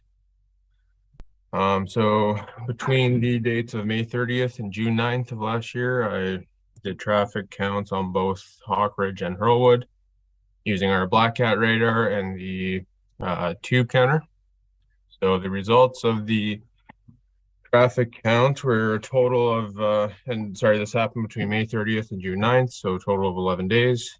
The total vehicles on all legs of the intersection was 9,729 vehicles. So we reviewed the data that we received from the traffic counts against our always stop control policy. And for a minimum volume road, like minor road, to qualify for a always stop control, the first condition is that the total vehicle volume on all intersections of the approaches must exceed 350 for the highest hour period. And Hurlwood was our highest leg of the intersection, and the peak hourly was only 193 vehicles. So the first condition for the always stop control was not met. And further to that, the second condition is that the volume split does not exceed 75% to 25% for three-way control. And for this scenario, there was 87% of the traffic on Hurlwood and only 13% of the traffic on Hawk Ridge. So this intersection does not meet either condition for an all-way stop control. And further, we looked into the collision data for the intersection. So for all-way stop control to be considered, there would have to be an average of 4 accidents per year over a 3-year period, which this intersection did not meet. So considering it doesn't meet any of the requirements of the always stop control policy, it is recommended that no changes be made to the intersection at this time. Okay, thank you very much for that. Any comments from the committee on the report? Member Cox. Yep, through the chair. Thank you, Alex. I agree with your recommendation.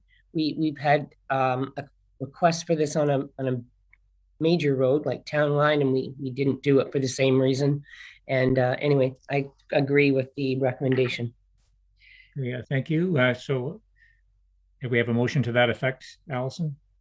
Certainly. So the motion reads that Public Works Report number W23-008 dated March 22nd, 2023 with respect to always stop control request, Hurlwood Lane and Hawkridge Crescent be received, and further that the always stop control request for Hurlwood Lane and Hawkridge Crescent be denied. Okay, we have a mover for that, please. Moved by Member Minnings, second by Member Jansen. All in favor? And that's carried. F 1.4, back to Mr. Burke on Burnside Line. Thank you, through the chair.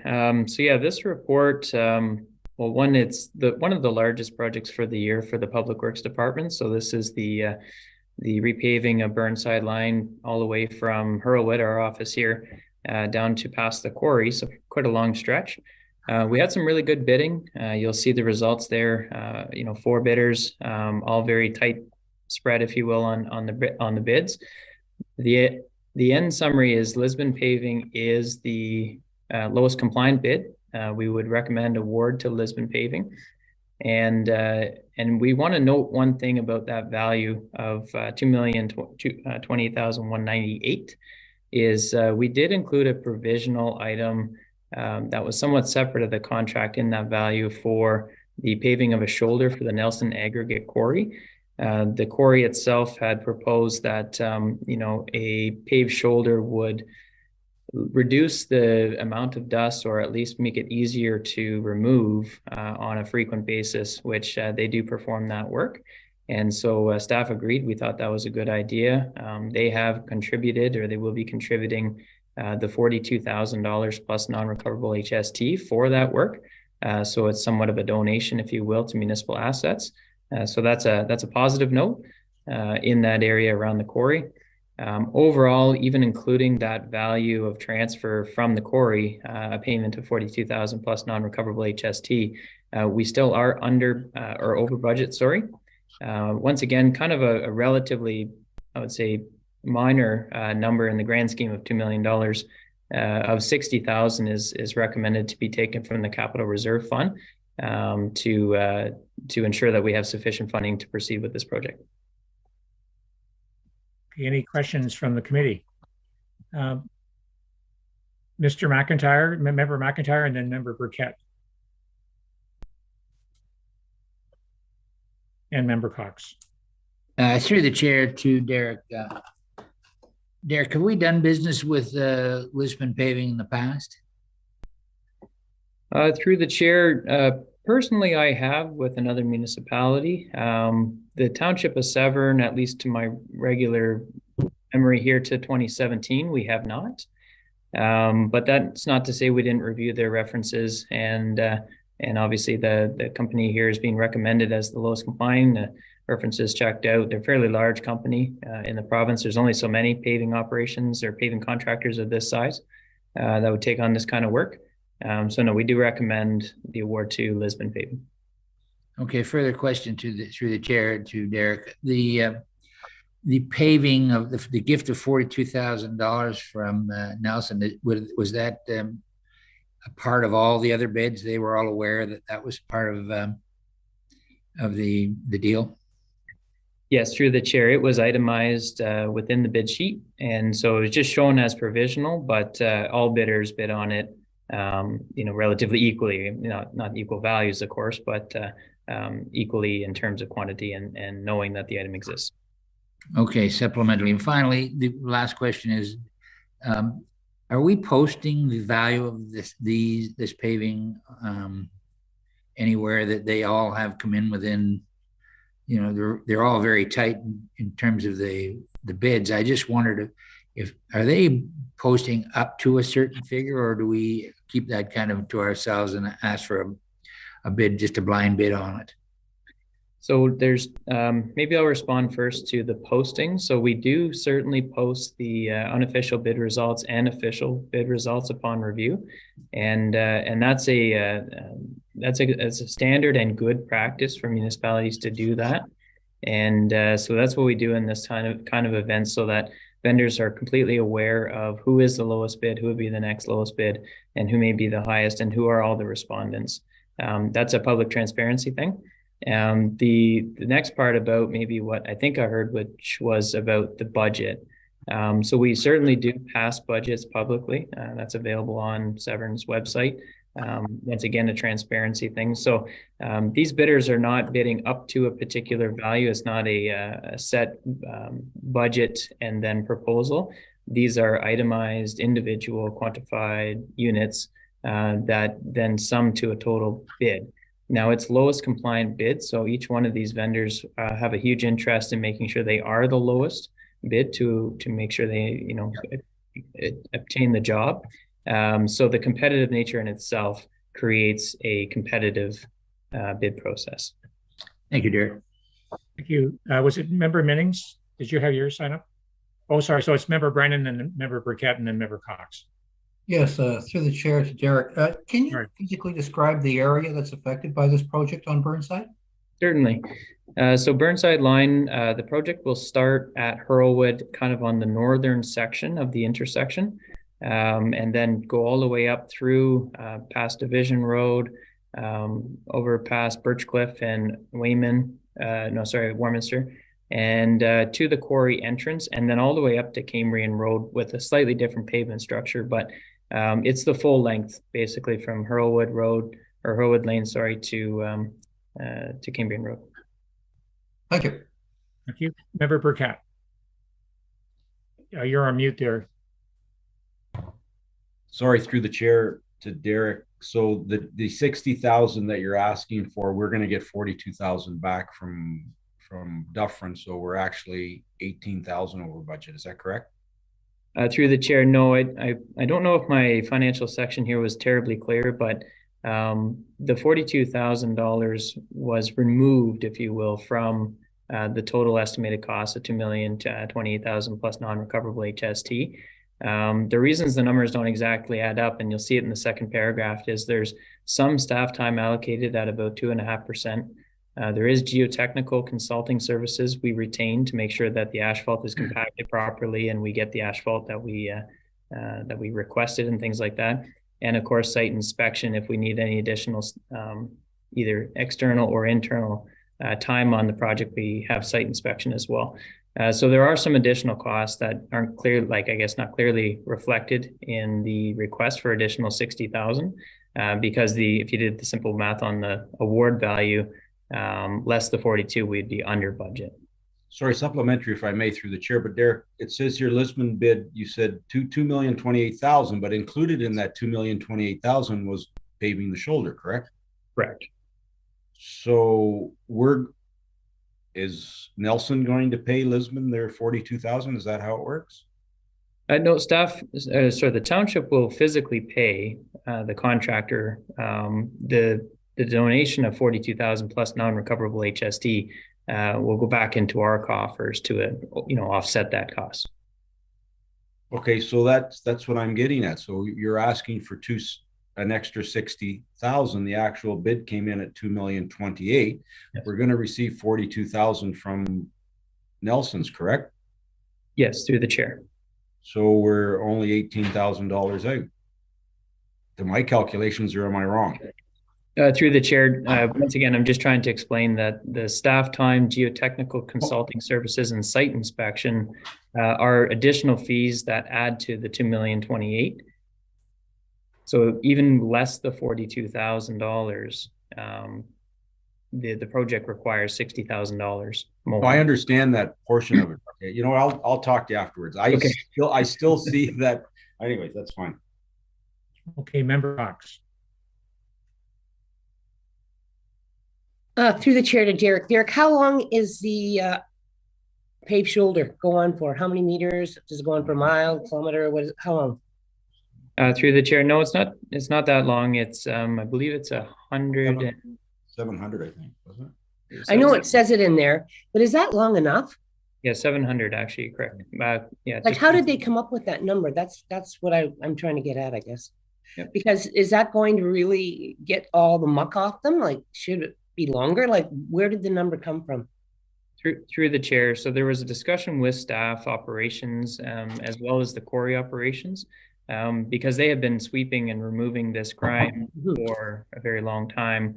And it was determined that that was the location where it was kind of most appropriate to terminate. It also terminates at the first set of residential driveways and a municipal drain crossing. which also made sense at that time. Thank you. Okay, that makes sense. Okay, thanks.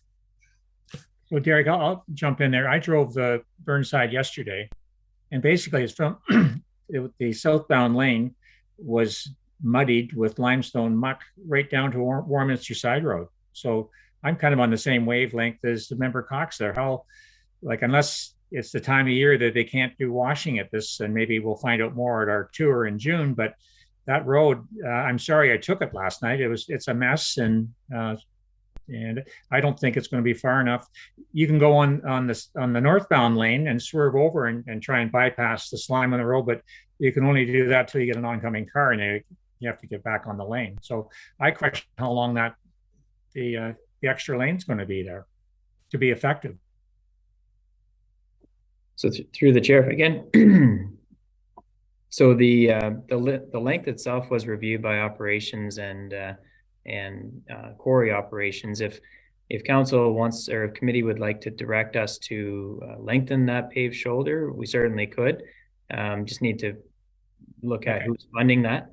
Well, maybe I just go out and have a look at it this morning, or and see it firsthand what I saw last night.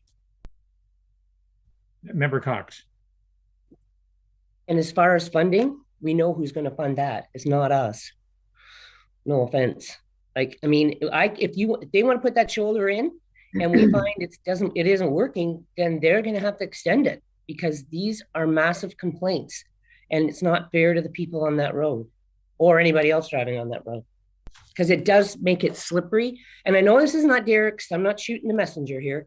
I just think that they need to take a bit more responsibility and maybe do a little extra to help, because that slime also is very slippery. If you hit your brakes on that, you scoot along. So I just think that maybe a discussion with Quinn might be in check here. I'm not sure.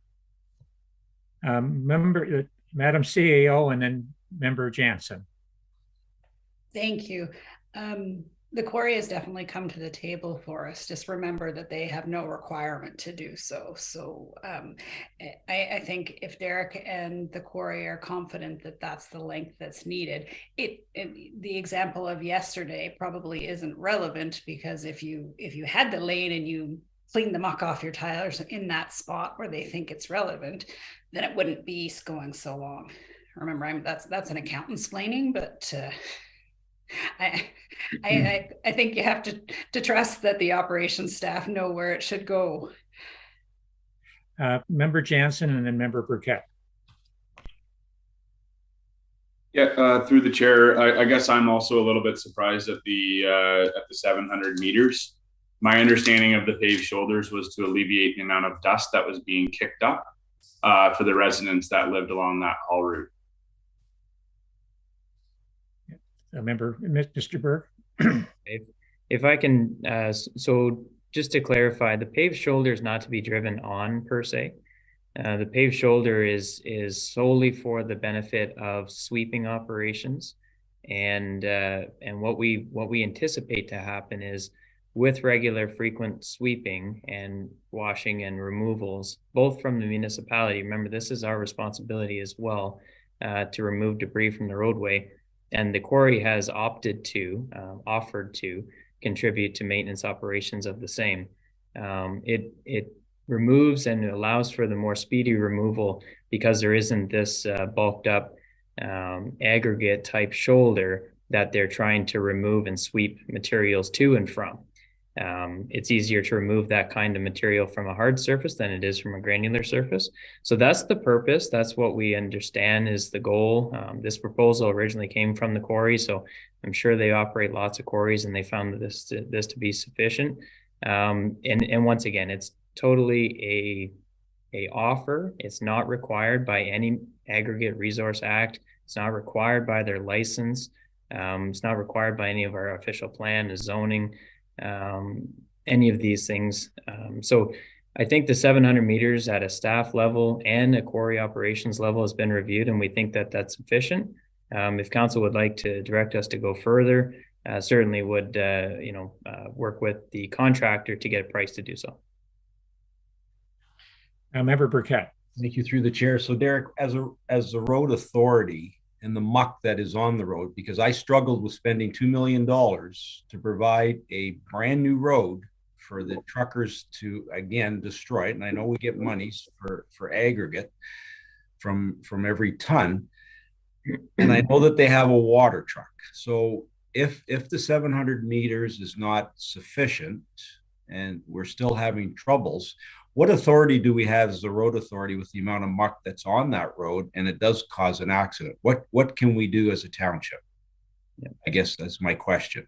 Yep. So through the chair, there's, I guess I'll start with road occupancy permits and the one prohibition that's within that, which is not to soil or contaminate, if you will, a road.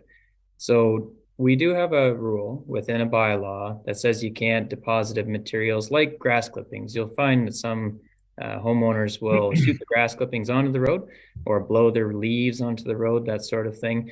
That's a chargeable offense. So by law, not a police officer, but by law, would have to go out and charge the individual doing that issue. Tracking material or track out could be considered the exact same. Individual drivers, not the quarry owner, but individual operators and drivers of these commercial vehicles could be levied a bylaw offense, Provincial Offences Act, under that bylaw. Realistically in practice, I think we have one bylaw officer, and it's not something that I would say they could stop, right? Like, it's just a function of leaving the quarry.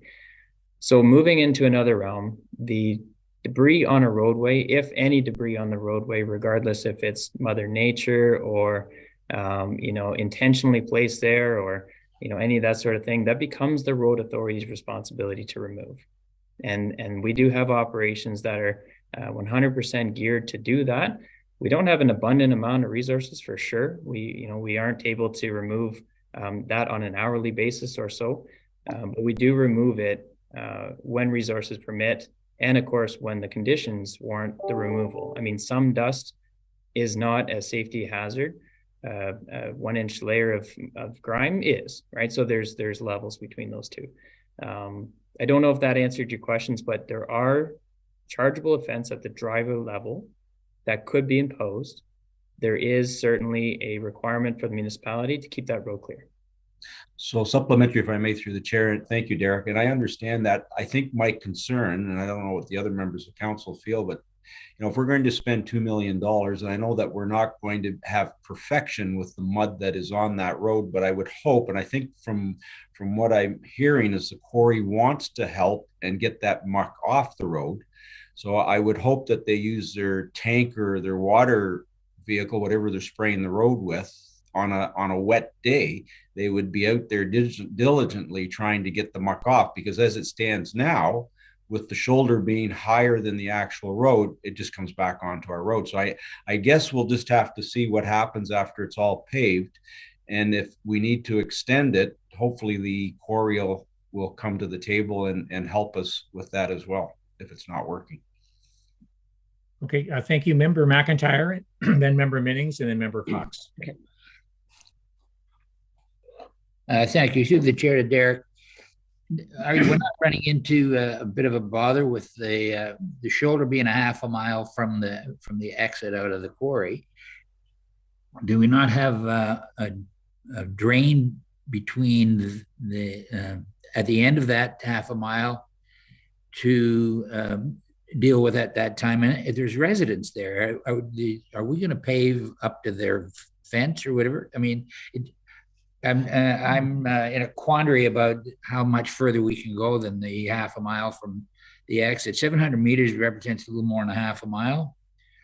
How much distance do we really need? And more than anything, I think maybe we should be after the quarry to be a little more proactive in the rinsing of that half a mile stretch. I don't know how much further you can go with the residents being a part of it, and as well as you got a drain to deal with there where you'd have to backfill and do all kind of stuff. It goes from one side of the road to the other, as I understand, is it not? Yeah, through the chair, exactly right. I mean, so the limit of 700 meters was a couple of items to be reviewed. One, how long do we need it to be sufficient to capture the majority of track out? The next was there's obviously a cost impact of going much further because of the drain, not so much because of the individual driveways, but that is kind of a natural, it seemed to be the most appropriate break at that location at 700 meters. Going further certainly can happen. It would, you know, I don't know if it would add that much value to it, but that can happen. It costs money. Supplementary through the chair. How much further after the 700 meters is it before we hit that drain and the residents? Through the chair, it's at it. So right around that. It's right there. Okay, thank you. That answers I'm still in a quandary about how much further we can go, but thank you. Thank you. Member Minnings. Thank you. And I'm also looking forward to a future tour that we're going to have of the quarries, because I'm not fully understanding what the onus is on the trucks to clear off the residue after they load up and before they hit the roadways. So that's really the part that I'm looking for, is whether it's education, by law enforcement, etc. Because I agree with the concerns.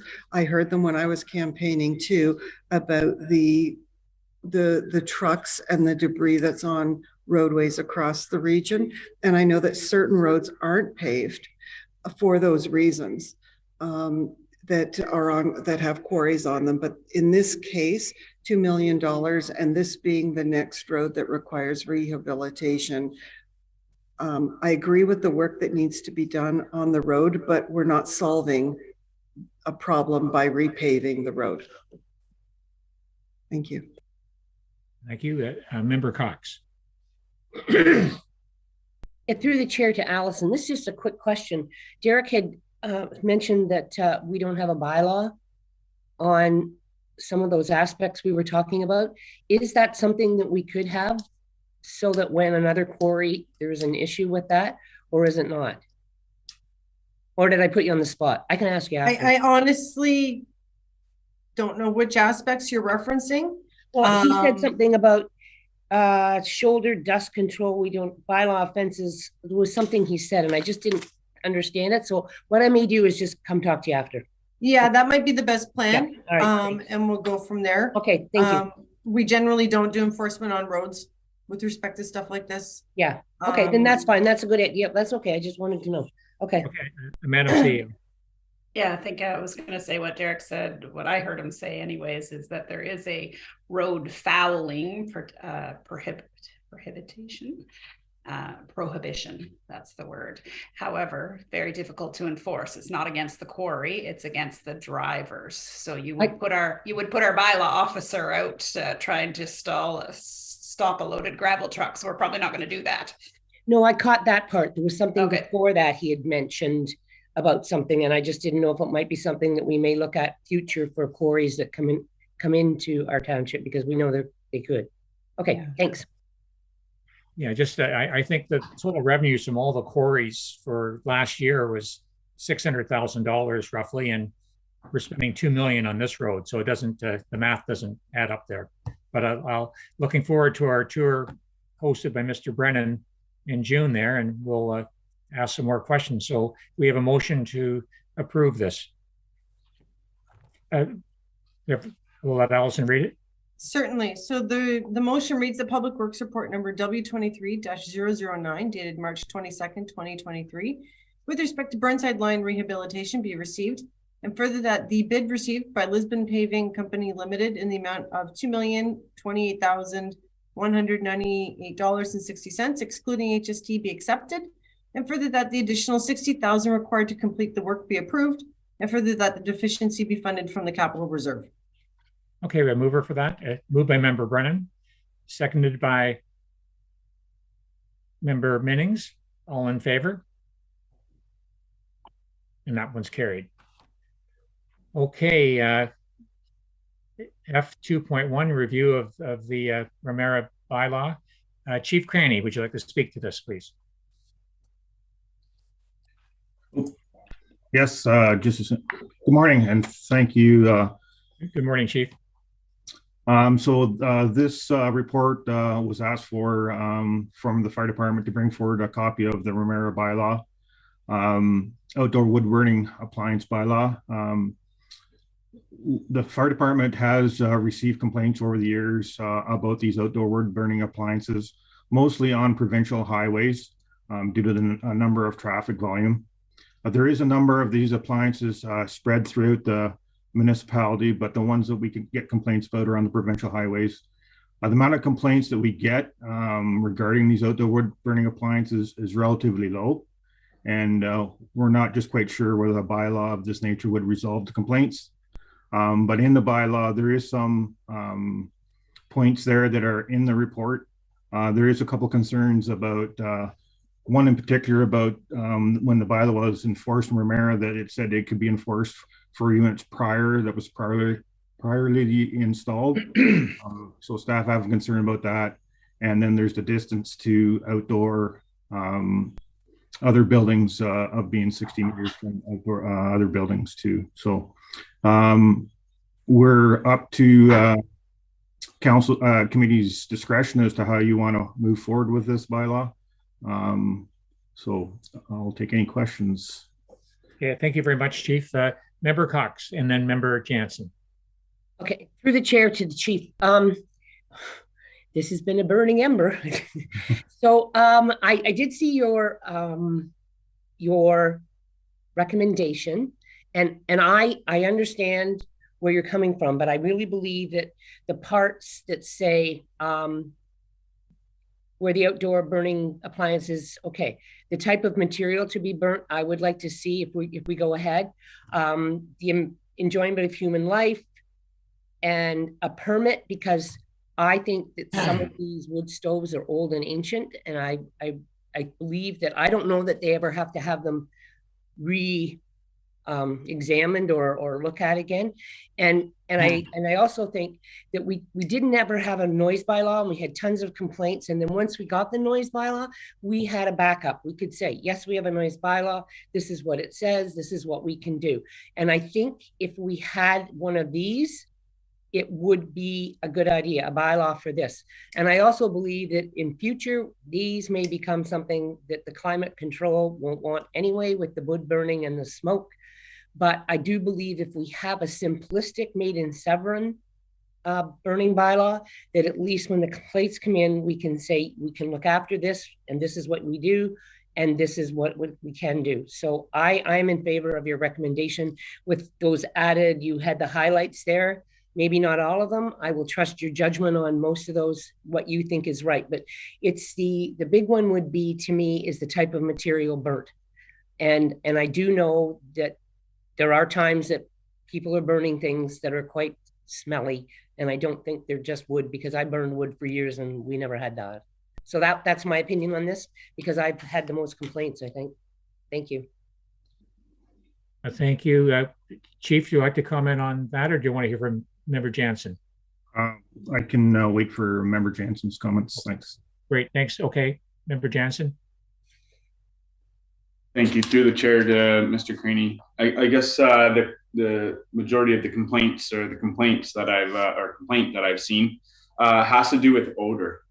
So I guess back to Member Cox's comments about what is actually being placed in the incinerator or the wood burning appliance. I do think that we need something to regulate that. If we have something in place already that's enforceable, that alleviates the issues, I think that's fine. Otherwise, I do think we need to look at something so that when we do receive a complaint, it can be investigated and properly, a bylaw can properly be applied, so that we can tell the residents that are affected by the strange odors in the area that we are being proactive and we're taking action on this issue.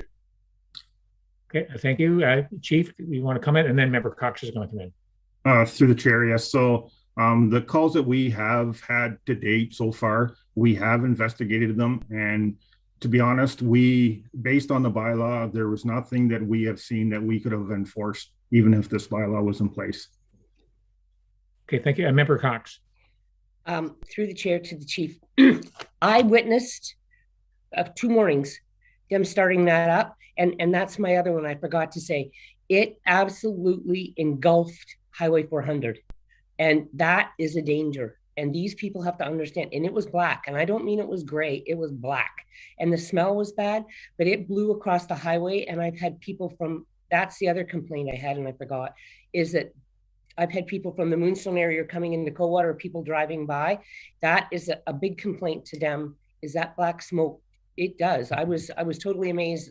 If the wind's blowing that way, it covers it. And I believe that if it's doing that and we can call, if we have a bylaw, we can go in and say, shut it down and get this inspected, because maybe it's not burning properly, because I did look that up, and there are situations where if a stove isn't burning efficiently, that's what happens to it.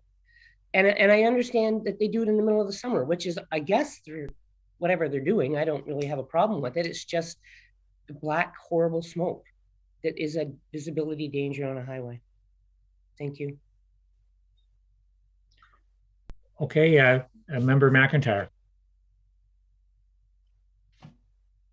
Through the chair to the chief. Good morning, Chief. Part of your comments here are that you're not certain how you could.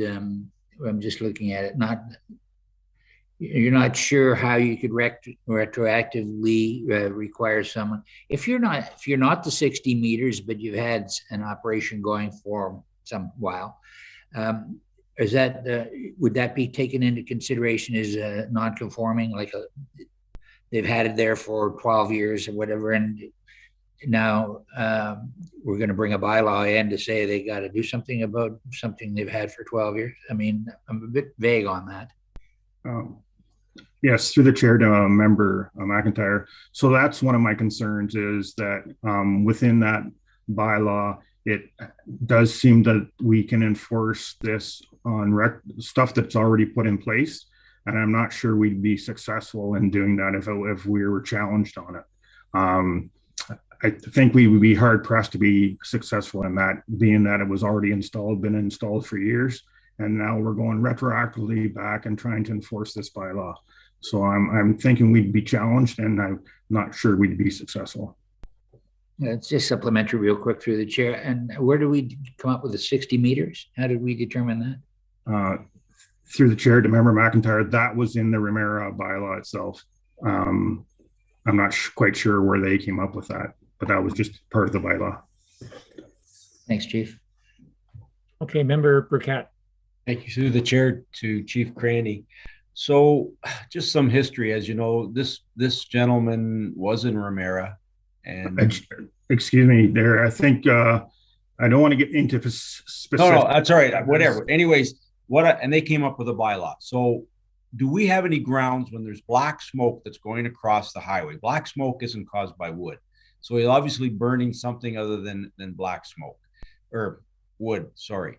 Do we have any grounds to go in and scoop what's ever inside that stove and charge them that way and have it analyzed, or is that something we wouldn't do? Through the chair to the mayor. So what we've done on the complaints of any of these places, we've gone in and inspected. We've gone in and inspected what they've been burning, and to date we have not found. Even we've looked at inside the stove of these appliances, and to date we have not found anything that would contradict this bylaw if it was to be brought into force. Okay, I think our clerk is going to speak. Thank you. Knowing the sensitivity about a particular issue related to this bylaw, I do have to caution council that one-off properties and respective enforcement related issues related to that one property should not be discussed in open session. So if council has general concerns with respect to the bylaw, that's fine, but particularly discussions are on one particular property. If council would like to talk about that, we can put it on a future agenda for closed session. Okay, thank you for that. Member Cox. So I would like a Maiden Severn one coming back, and if there are parts of it that you don't think are worthy to be in it, Chief, I would just like you to bring back something for us so we could take a look at it. And if you don't feel there are parts, like I said, if there's something in it that you think is not worthy and you can't figure out, it's not going to work anyway, like the retroact, I have no problem with it. I would just like to see Maiden Severn simpler one that you think that would help us with complaints and to alleviate the issue. Thank you. Okay, if the chief's okay with that, if we have a motion to that effect, Allison? Certainly, I think I've captured where the committee was going on it. So the motion would read that fire report number F23-001 dated March 23rd, 2023 with respect to Romero's outdoor wood burning appliance bylaw be received, and that committee directs staff to bring forward a similar bylaw with particular regulations as to what materials can be burned by the outdoor wood burning appliances to control odor and smoke from these appliances. Okay, great. We have a mover for that. Moved by member Minning, second by member Cox. All in favor? That's carried. Does this committee want to keep going before we get to admin, or have a small break, or do you want to try and get admin done? What's the, keep going? Keep on going. Okay. We'll jump right into item F 3.1, and Allison can speak to the records retention update. Yes, so for, thank you, Mr. Chair. For new council members, just a bit of background here. So the organization has a records retention schedule that kind of sets out and regulates how we manage our records in the township and when they get destroyed. As needed going forward, I'll bring forward updates based on, we have most of our retention schedule comes from a professional third-party outside source.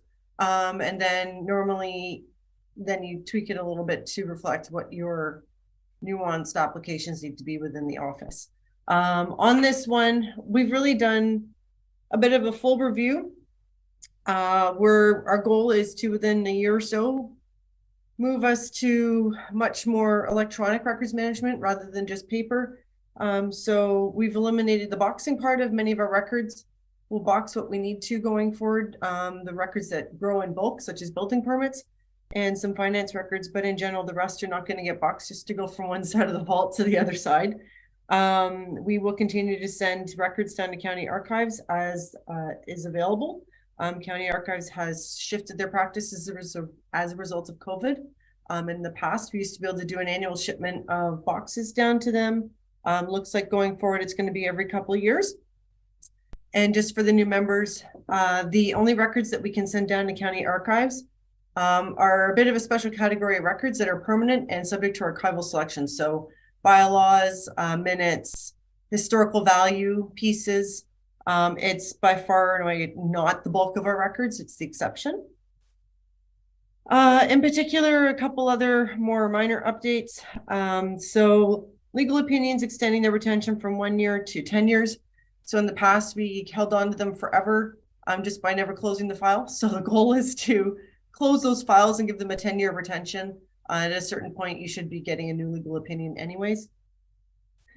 Shifting some retentions to reflect current provincial practice. So accessibility in particular was shift from being an S11 to an A22. Reducing some retentions from permanent to 25 years. So there's no reason we can think of as to why, and it's not common practice anymore, to hold on to your committee recruitment files for a permanent and forever retention. 25 years is more than sufficient. So this would be all those resumes we get when we do applications for committees. There's no need for us to hold on to those for a permanent basis. There's a lot of permanent personal information in those. So just otherwise, if you were to look at the schedule that's attached, you'll see all of a sudden the categories under the retention, instead of before you used to read a little different, now just say vault, box, or total retention. So you'll clearly be able to identify what is going to get boxed. And outside of that, it's a pretty straightforward, much more of a general admin housekeeping report. Okay, any comments for Allison? Member Burkett. Thank you through the chair to Allison. So any of the planning documents that they would be kept forever, would they? The ones that may have maybe like someone applied for something and they did like a severed lot and they never followed through with it. Would it, like, I can't find it here. Where would it depends on what it is. So the bulk of our planning records are permanent. Okay. Subdivision applications, official plans, severances, site plans.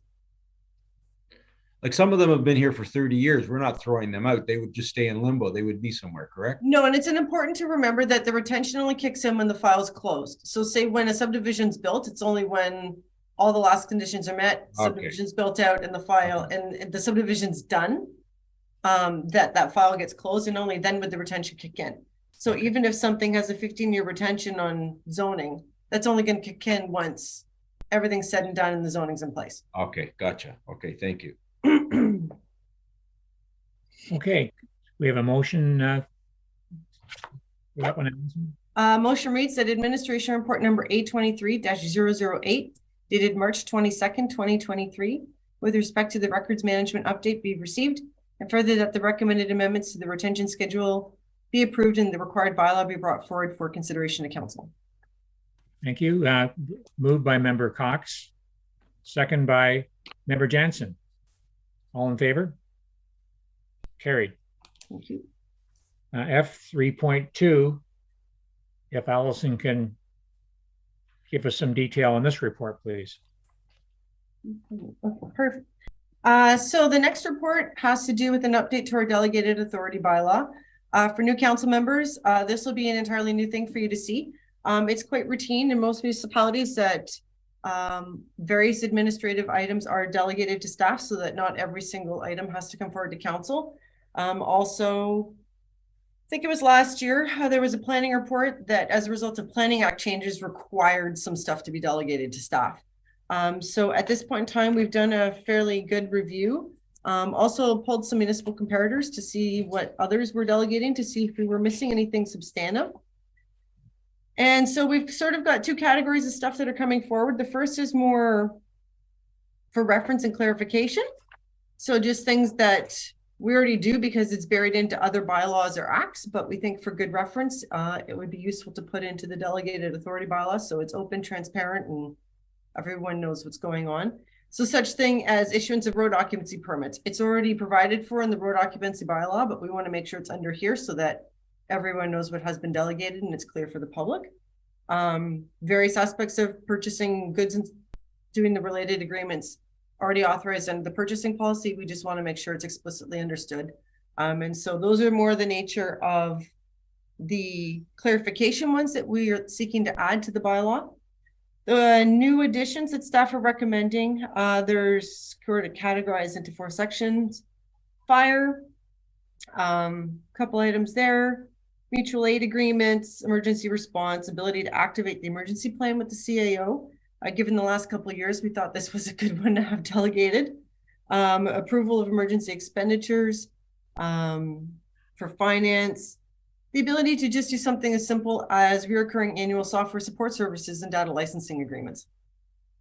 Building, execution of holding tank agreements. This was quite common across most other municipalities that we encountered. Again, it's with the intent of not delaying the issuance of a permit. Execution of agreement with registered code agencies. So if the chief building official needed the assistance of someone to review a particularly specialized plan. Under public works and utilities, authority to declare a significant weather event, authority to sign agreements with the county Simcoe for installation and maintenance of traffic control signals, reciprocal assistance with other local municipalities. So if they needed help, and in a lot of cases you're seeing it where they've put it into there so they could assist us. So I hope there's nothing too surprising in there. Like I said, it's definitely split into 2 categories. One are more clerical ones and one are newer. So okay, thank you, Allison. And Member Burkett. Thank you. Through the chair to Allison. Can we go to page 3, Allison, please? Sure. Under land sales or acquisition. So it would still prior council approval of sale. So it would still come to council, correct? If we were. Yeah, this is the ability for me to be able to proceed on with it once you've given me that final approval. Okay. I don't need to come back to get every single document approved for signature. Okay, and then land sales, same thing. You would have to come to council before any land sales were done, correct? Yeah, which is why under the conditions side, you'll see there where it says prior council approval required. Okay, can we go to page 6 then? Mm-hmm. I'm sorry, I missed that. What was page 3? Page three that member Burkett is referencing is page 5. Actually, page 5 of the staff. Yeah. Okay. Perfect. Okay. Thank you. Okay. Gotcha. He's using. So now we're going to page 6. He's using the attachment numbers instead of the report numbers. So. Oh, I see. Okay. If he's going to page 6, you're on page 8 of the entire report. Oh, all right. Well, as long as I know he's going to the bottom number on the page, I can get there. Yeah, I'm going to the bottom number on the page. And what are you going to now? Sorry. Page 6. Okay. So banking services, treasurer always had the signing authority, correct? Nothing's changed there? Nothing's changed. Okay, insurance, impact, reduction of letter, okay, treasurer. And these ones, member Burkett, none of these are proposed to change and none of these are new. These are existing. So if we go to page 7, the amendments to current planning application agreements, that falls in the hands of the director of planning as stated. Yes, and you might remember a report that I believe planning brought forward last year that with changes to the act, they needed to have certain things delegated. So that's where this section particularly expanded. Okay, perfect. I think. Director, okay. So is there anything new on page 8 that we didn't see before? That you're bringing forward? No, they really were highlighted in the staff report. All right, and number 7, page 7, okay. Page 9, there's nothing new on it as well. Okay. Yeah, the only thing on page 9 would be that execution of a holding tank agreement and the execution of the registered agreement with registered code agencies for the chief building official. Okay. Right, so you'll find under the public works section that used to be public works was one table, recreation was one table, and utilities was one table. Because they generally operate as one functional service area, I've combined all the tables, which makes it look substantially bigger than it used to be. We have put a couple, like I said, routine housekeeping things which were noted in the clarification section of the staff report. So. Okay, perfect. Thank you. Thank you, Member Cox. No, you're good. Yep. Thank you. I just wanted to say I thought that everything. Yeah. Never mind. Okay. A motion for this report. Oh, I believe the director of planning and development wanted to. Oh, I saw her pop in there. I wasn't sure she wanted to speak, but go ahead. Good morning, Andrea. Good morning, Chair Taylor and committee members. Thank you very much. Sorry, I just wanted to add one thing. Subsequent to Ms. Gray preparing the report in consultation with all of the departments, the Planning and Development Department has had one very minor matter come up that we wanted to request to please add to the delegation bylaw. So I'm just going to share my screen just for a second to show you what I'm speaking of here. Chair Taylor, can you see the document on the screen with some yellow highlighting there? Yes. Yep. Okay. Thank you. So this is on page 8 of Ms. Gray's report with the proposed modifications shown in yellow. So council may recall last year, at the end of the year, you passed a bylaw requiring a mandatory 2-stage pre-consultation process in response to Bill 109, specifically because of the refunding of application fees. So you'll see here under sub-item C, we're proposing that the requirement for a stage 1 also be added to the delegated authorities in terms of what can be waived by staff. So the stage 1 identifies the application requirements, and the stage 2 is actually the application submission. So that was an omission on our part. We should have likely included both a stage 1 and stage 2. However, at this point in time, the draft bylaw only references the stage 2. So subject to committee's concurrence, staff are please requesting it to read stage 1 and or a stage 2 to provide us with that flexibility and efficiency. So thank you. Thank you, Andrea, for that. So can that be captured, Allison? First, Member Burkett, and then I'll let Allison speak. Certainly, it came up after the agenda was out, but staff have no concerns or issues with adding it to the amending bylaw when we come forward. Thank you. Member Burkett. Thank you through the chair. Can we go to page 10?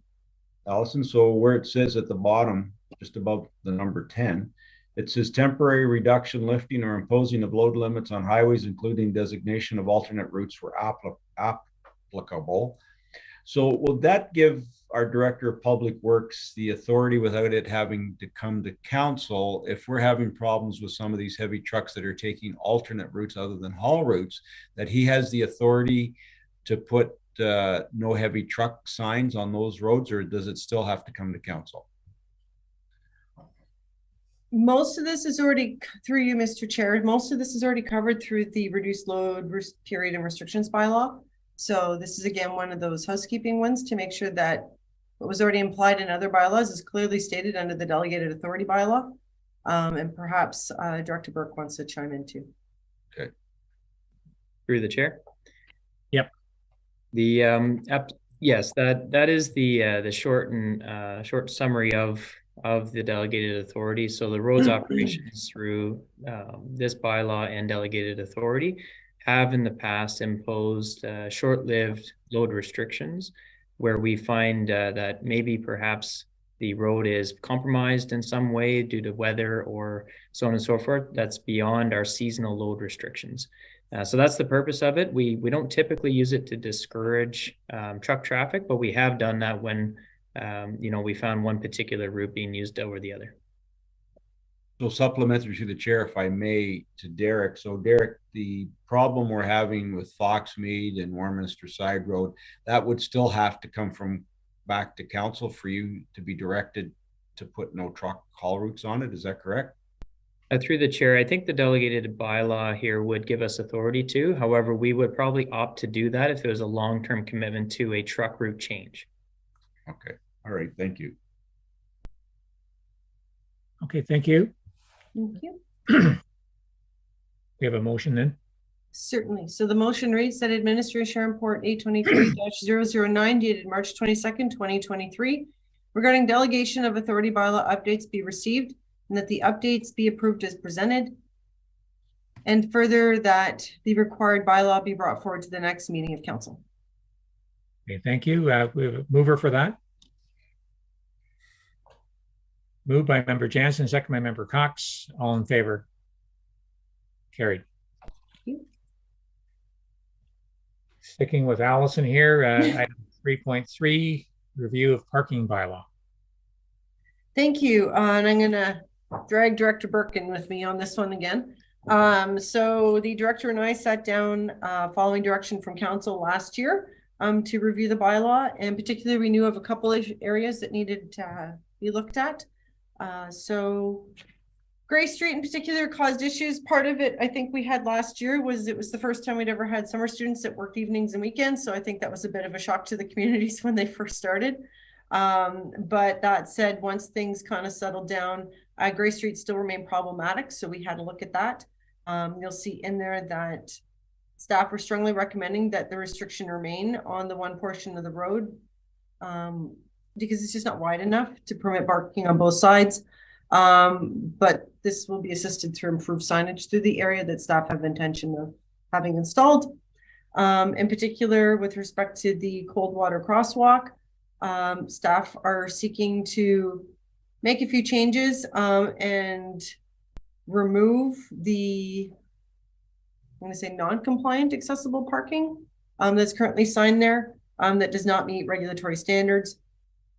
And outside of that, there were no other substantive changes that staff at this time needing to come forward. Just because we had completed a pretty comprehensive review over the winter of 2021 into 2022.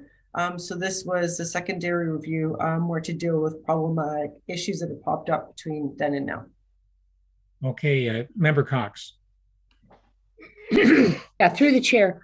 My questions are, if you're taking away the accessibility parking space, where are you going to put one? Because do we not have to have one on the main street? Go ahead, Derek. Thank you, through the chair. So the intent is not to replace the accessible parking space. Just to sort of, I guess, give some background to that. having an accessible parking space in the public setting there is not a requirement. It is typically a requirement of the private property owner generating the traffic. So for instance, you know, the restaurant or perhaps the library or even the municipality's facility there, that's the Coldwater Arena, those individual property owners are responsible to, through our planning department zoning bylaw and supplementary Accessibility of Ontario Act requirements, to provide them. In the public realm, there is no specific requirement to provide on-street or in public accessible parking space. The challenge is that that particular road allowance, 20 meters or so, that is the main street of Coldwater, has a 14-meter paved surface on it, which allows for the 2 driven lanes and 2 parking lanes. But the accessible parking space is much wider than what is set aside for on-street parking. An accessible parking space consumes almost 2 full lanes of space to allow for the discharge, if you will, of the occupant into a safe loading zone. And so those types of infrastructures are just not accommodatable in the current configuration with the sidewalks on either side and the asphalt surface that we have within that 20-meter road allowance. So that's why our recommendation is to remove that. It does one additional thing, which is to provide better sightline to the pedestrian crossover. And perhaps what I can do is share a map. I'm able to do that. Supplemental, Derek, I don't have a problem with you taking it away. I just needed to know when someone asked me, why don't we have to have one? I need some backup and simple backup information. If you could just let me know. Certainly. Because I totally agree that is, and that was been my concern. That parking spot and the one right by the corner that used to be there are not clearly, if we're going to take that away, we need some real clear no parking, because people park in that first one right before the crosswalk by the cenotaph. They park there continually to go into the library. And the other issue we have is that's where the Lynx bus parks. So when that bus is parked there, no one can see those lights like they may see on that side. But that Lynx bus is going to have to find another spot to park too, because he blocks it. I need to know that we're really going to like cross hatch it with bright orange or do something, because people are saying to me, well, there's 2 lines there. I'm like, no, you can't park there. Through the chair, absolutely. And I'll share this imagery if that's okay. Yep. Let's see if I'm able to do such a thing.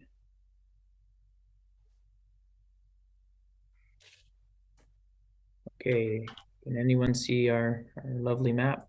Here it is. Okay. All right, so just for sake of all members here, this is Coldwater Road. The edge here is Mill Street, and the other edge is McCann Drive. So our intent is to have no parking right from the limits of McCann Drive through the pedestrian crossover up to the private parking spaces that I think are in a restaurant commercial setting there. And then no parking also on the west side there where the Tiffany is, I think it is, or another restaurant, up to the limits of the parking pedestrian crossover. So what this will give road users is more time and more visibility to pedestrians waiting to cross. We do have quite an enhanced crossing here, and we're actually undertaking some additional enhancement to provide more rapid flashing beacon indicators overhead. And that should alleviate some of the concerns we've heard, which is lack of sightline, to the pedestrian waiting to use this PXO. Is that clear?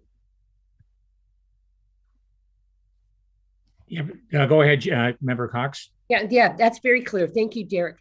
So my one concern is, will you notify the county about that bus stop that they're doing there? Because he parks there sometimes for 5-10 minutes.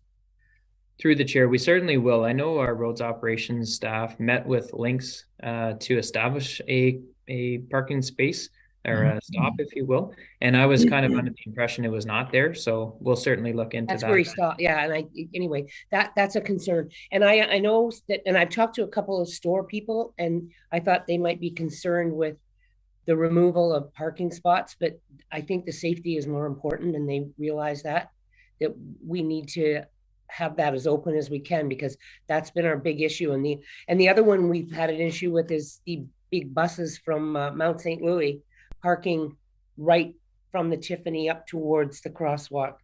And I think the restaurant owner or someone, and I think they called in actually, and then somebody went into the restaurant and explained, park over at the community center, because they were blocking. And it wasn't the fact they were taking the spaces. Once again, it's the fact that they're blocking the sight lines for that. Thank you. Okay, any other comments? Member Minnings and then Member Burkett. Thank you. And through the chair, I'm very excited that the parking bylaws are going to be reviewed. My comments are specific to winter parking and many of the issues that I forwarded on to staff that I've received from constituents, specific to streets adjacent to township properties that provide water access. For example, I think we're all in agreement. We want to continue to encourage visitors to use water access across Severn. I'm speaking specific to Ward 4, but we also need to ensure safety of the roadways for residents and pedestrians who use those roads. So in Ward 4 this winter, there was increased parking along Lakeside Drive and Knight Avenue at the township's access point to the lake. And what residents were finding was that they were waking up in the morning to vehicles parked along the side streets, oftentimes with trailers. So for example, for snowmobiles, etc., to enjoy the fishing and the fish hut season along Lake Couchiching, but they were unable to exit their driveways for themselves to get to work and get their kids to school because of the snow that was removed and piled up on the side of the roadway, which made the road narrower.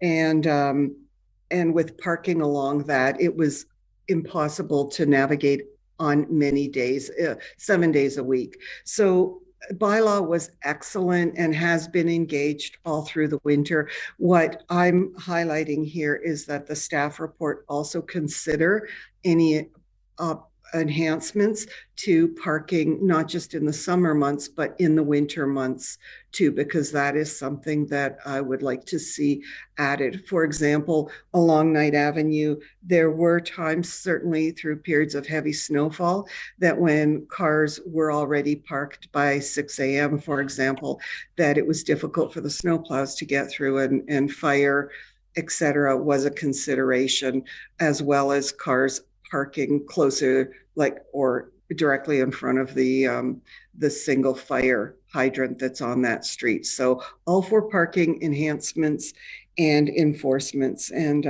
thank you to staff for focusing on this. Okay, thank you. Member Burkett. Thank you. Through the chair to Derek. On Hamilton Street, Derek, where you have it in the bylaws, is like the parking that's in front of that hotel, are those cars going to remain there, or are they going to be ticketed? Because I think he has apartments there. Through the chair, so we do have signage at that location that's very clear that it's a time-based limit. The intent is for that road allowance to provide on-street parking for the commercial and downtown main street of Muskoka Street. Bylaw for certain could, record the time that each vehicle has been occupying those locations and issue fines. Okay, further to that, if I may, through the chair. So down on Lakeside where Ascona ends, and then Lakeside takes a jog, it goes down. So there's a short-term rental there, and I guess on weekends, and maybe Member Mennings could speak more to it, but they seem to be parked along there on both sides, and now emergency vehicles cannot get through. So is there, like, I don't think there's any no parking signs down there.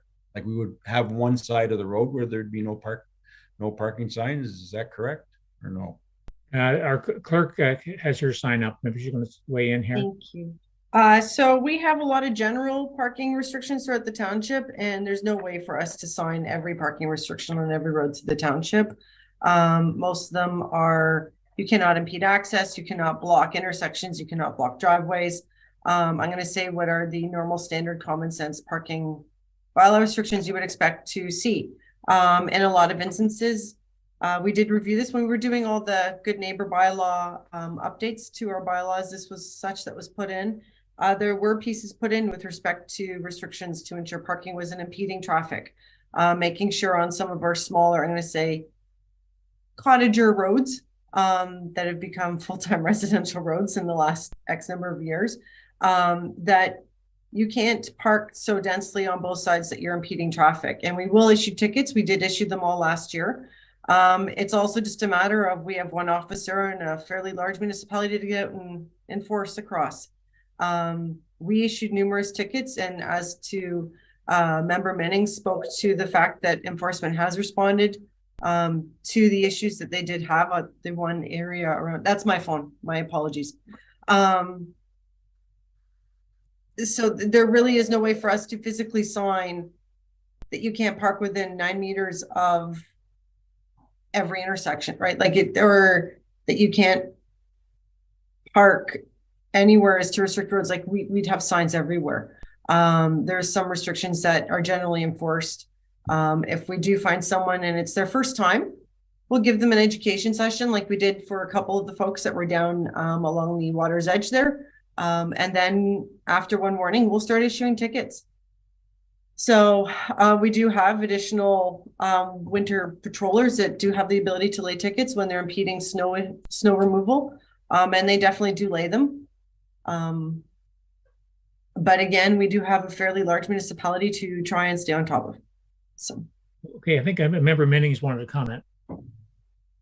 Yeah, and thank you through the chair to Member Burkett. Thank you for raising that. I'm aware of the bend on Lakeside Drive heading north that is a high risk intersection, and it's parking exists on the bend, so the shoulder of the road is corroded, eroded, I guess. It falls off. It's there's a lot of walkers, a lot of pedestrian, a lot of through traffic. Lakeside Drive as a whole, because of the the focus on Lakeside Drive, ever since, I'm going to say, I haven't been there forever, but there has been increased traffic since, for example, the Tim Hortons opened. And with Lakeside Drive now being pretty much of a freeway with limited stop signs, the speeds are quite aggressive along that road. There are no three-way stops, or there's maybe 1 or 2 stop signs. And the bend that Member Burkett is talking about comes on a portion just after a stop sign. And there have been some areas where families do live there year round.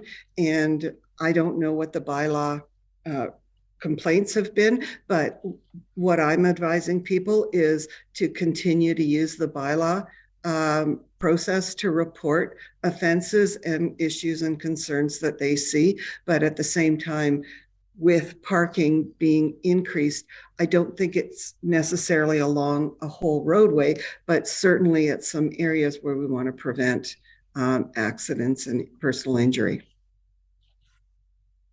Thank you. Member Cox and then Member Burkett. Through the chair to Allison. Allison, I also forgot that I've been having numerous complaints that maybe bylaw can look at for this summer is Heppenstall Landing. They're parking on the lawn at the, oh, you know that one. Okay, and also along the name of the road just went out of my head, down towards the dock at Washago. I'm sorry, the name of that road went out of my head. That's okay. You know the one I mean. Yep. I know where you are. Yeah. Quentin. Okay. They're two very problematic areas every Yes. summer. Okay. You're aware of them. Thank you. But this summer they were a problematic. So I just thought if we lighted that up for the new summer people that they might check those out. Member Burkett. Thank you through the chair. So thank you for that explanation, Allison. I didn't realize that you didn't need, well, Derek did mention it to me at one point, but I find it difficult if there's no parking sign there and someone gets ticketed and you're telling me that you would educate them first before you would actually ticket them, which is kind. I didn't realize that we had those bylaws enacted already, even though it wasn't posted. But okay, that's fine. Thank you. I just wanted to comment on that. Okay. Yeah, and just if I can, while we're just on this in general, we are struggling to find someone for our summer bylaw enforcement position. So at this point in time, we might have to come back to you on it. But we'll see where we are. We're fingers crossed, but we'll see where we land. But we are definitely struggling. So to find applicants that are qualified for what our goal and intent is. So, but we'll come back to you on that at a future date. If council is looking for what our general restrictions are, they are listed in the bylaw. Yep. So if you flip to, I mean, they generally start under section 3.1 of the bylaw, but the bigger list starts under section 4, 5, and 7. So if you have particular questions, do feel free to come see me, but there is a more comprehensive list of our general prohibitions. And we do have set fines in place for every single one of them. So Member Cox, sorry. Yes, sorry, quickly through to Allison. Do you think maybe as the summer comes and we do find an enforcement person, that this might be something that Tracy, our communication officer, could pop out on social media to sort of give them, here's our basic, what you can and can't do. And then that way it may help a bit. I don't know if it will, but at least we put some stuff out there for them. Education. Yeah, education. Thank you very much. Yeah, and through you, Mr. Chair, absolutely. I think she did some of that last summer, and we'll continue to do it this year. Perfect. Okay. If we can have a motion, I think we're discussed that one pretty good. Okay. Motion reads that administration report number 823-010 dated March 22nd, 2023 regarding a review of the parking bylaw be received and that the required amendments to the parking bylaw be approved, and further that the required amending bylaw be brought forward to the next meeting of council. Okay, we have a mover for that, please. Moved by Member Minnings, seconded by Member Brennan. All in favor? Carried. Thank you. Great. So now we go to F3.4. We'll ask Michelle Prophet-Healy to beam in here. Good morning. Thank you, Chair Taylor, and good morning, members of the committee. Just highlighting this report to committee today. As you're aware, you passed a compensation review for 2023. The comparators that we have outlined in this report were approved by the previous council in consultation with our consultant. The comparators that you actually see there are very similar in size to us and are our direct competition.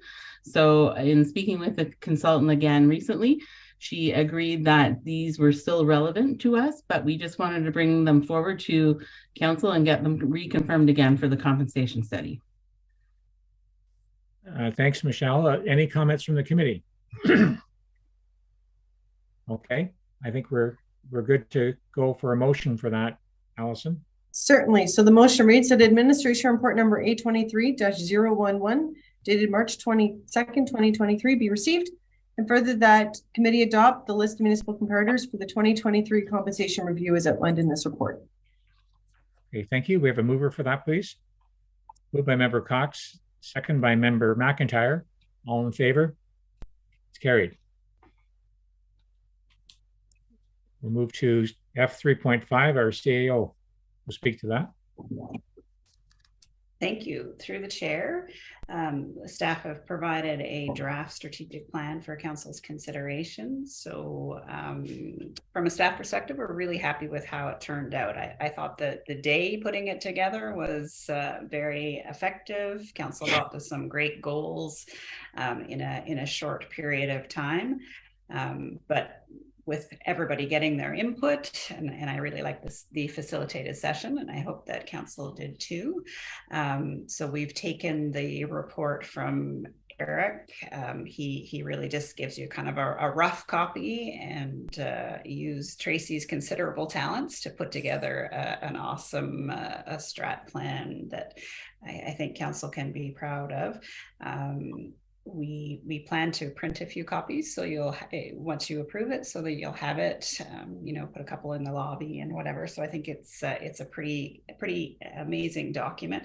I went back and looked at some of our earlier ones. So our last council one was pretty good looking when we had just added communications.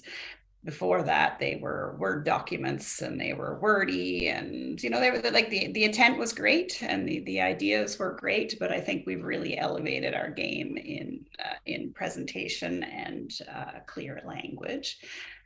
So the plan is before you for your review and approval. And as part of that, I tied in a request to get started on the economic development strategy, which was one of the items in your plan that was not included in the budget. So I could have done a separate report, but they kind of tied together. So I'm looking for an endorsement of the strat plan as presented, or if you have any changes, and then that you direct us to release the economic development strategy proposal so that we can get going on one of your strategies. And I think I've noted throughout that we're already working on a number of priorities that council has set. Okay, thank you. Thanks, Lori, with comments from Member Minnings. Hi, thank you. And I echo your comments, Lori. I too am very proud of the strategic plan, and I appreciate the final product. It's short and sweet, it's visual, and it's just, I'm very proud of that, and the way you were able to pull together so much content and present it to us like this. So thank you. I'm really excited about it. Thank you. Well, I'm also proud, but I can't take the credit. Tracy does the hard work on the looks for sure. Thank you. Thanks, Wanda. Now, Member Cox. And I echo the sentiments of Member Minnings. I think it's great, and I'm looking forward to the next 4 years to getting into our goals and moving on with them. Thank you very much, all the staff, Tracy and Lori and everyone else. Thank you. Okay, great. Once again, I'll ask the clerk for a motion. So the motion reads that be it resolved that report number CAO 2023-02 regarding the 2023 to 2026 council strategic plan be received, and that committee approves the 2023 to 2026 strategic plan as presented, and further that staff be directed to prepare and release a request for proposal for an economic development strategy and report back on the outcome prior to commencing the strategy. Okay, we move for that motion. Moved by Member Jansen, second by Member Burkett. All in favor? And that one's carried. Great, thank you. And 3.6 back to the CAO. Thank you. Through the chair. So as part of the strategic plan, one of your goals is better broadband. And one of the particular action items was to do a needs analysis. So we invited the company this morning. That's who you heard from. And I'm just looking for permission to get started on the goal. Thank you. Member Cox. Oh, you're on mute, Member Cox. I'm in favor of this recommendation, and I think it's something we need to move forward quickly on to start to access funds, and this company can help us do that so that we can provide internet service for economic development, for personal use, for educational use, for everything for our residents who don't have it, and we can say that we're working forward with them. We might as well be doing it while the fund, the grant funds are out there. Thank you. Thank you. Any other comments? And Member Jansen. I see from the report here that we're looking at the company that presented to us this morning. I guess in the comments that we had this morning, we want to ensure that they're also looking at the other options for our area that include, I guess, the satellite service or wireless services. They seemed kind of pushing or promoting the broadband fiber service.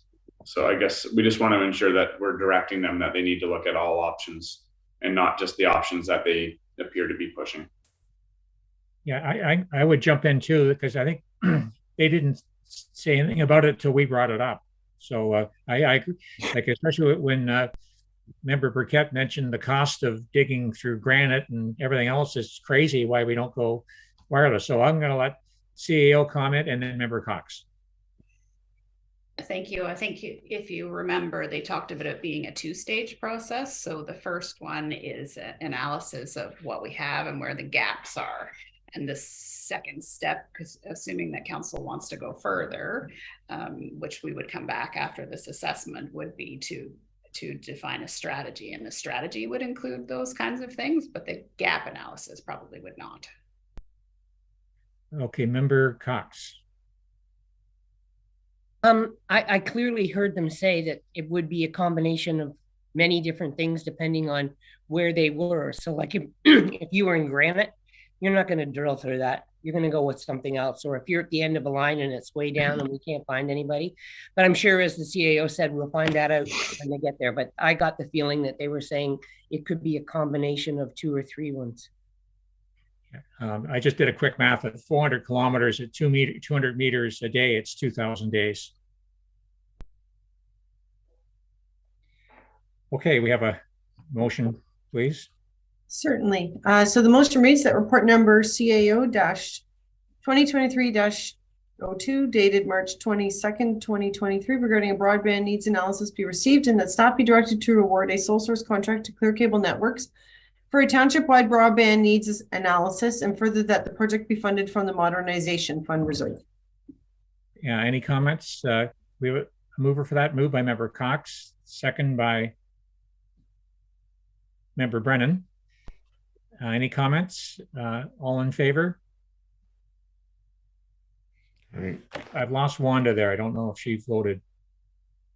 That's okay. Sorry, yes, I voted yes. My video is not cooperating at the moment. Thank you. So I think that's everyone voted yes, I believe. May I suggest, Mr. Chair, that at this point in time we make a 30-minute lunch break and then we come back and then maybe we'll get through some of the new business items before we go into closed at 1 o'clock. So what time do you want to come back? It's 10 past 12 now, so 12:40. That gives us 20 minutes. We'll probably get through most of the other business items before we go into closed session then.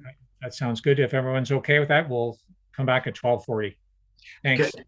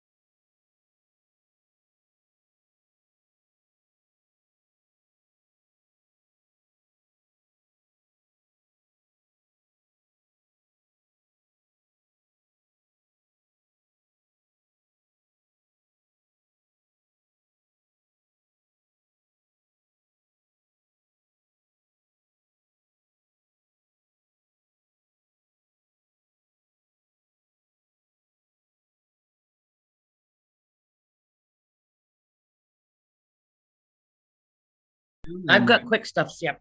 We are back. Okay. We're going to carry on new business, G.1, nomination for Senior of the Year for 2023, Member Cox.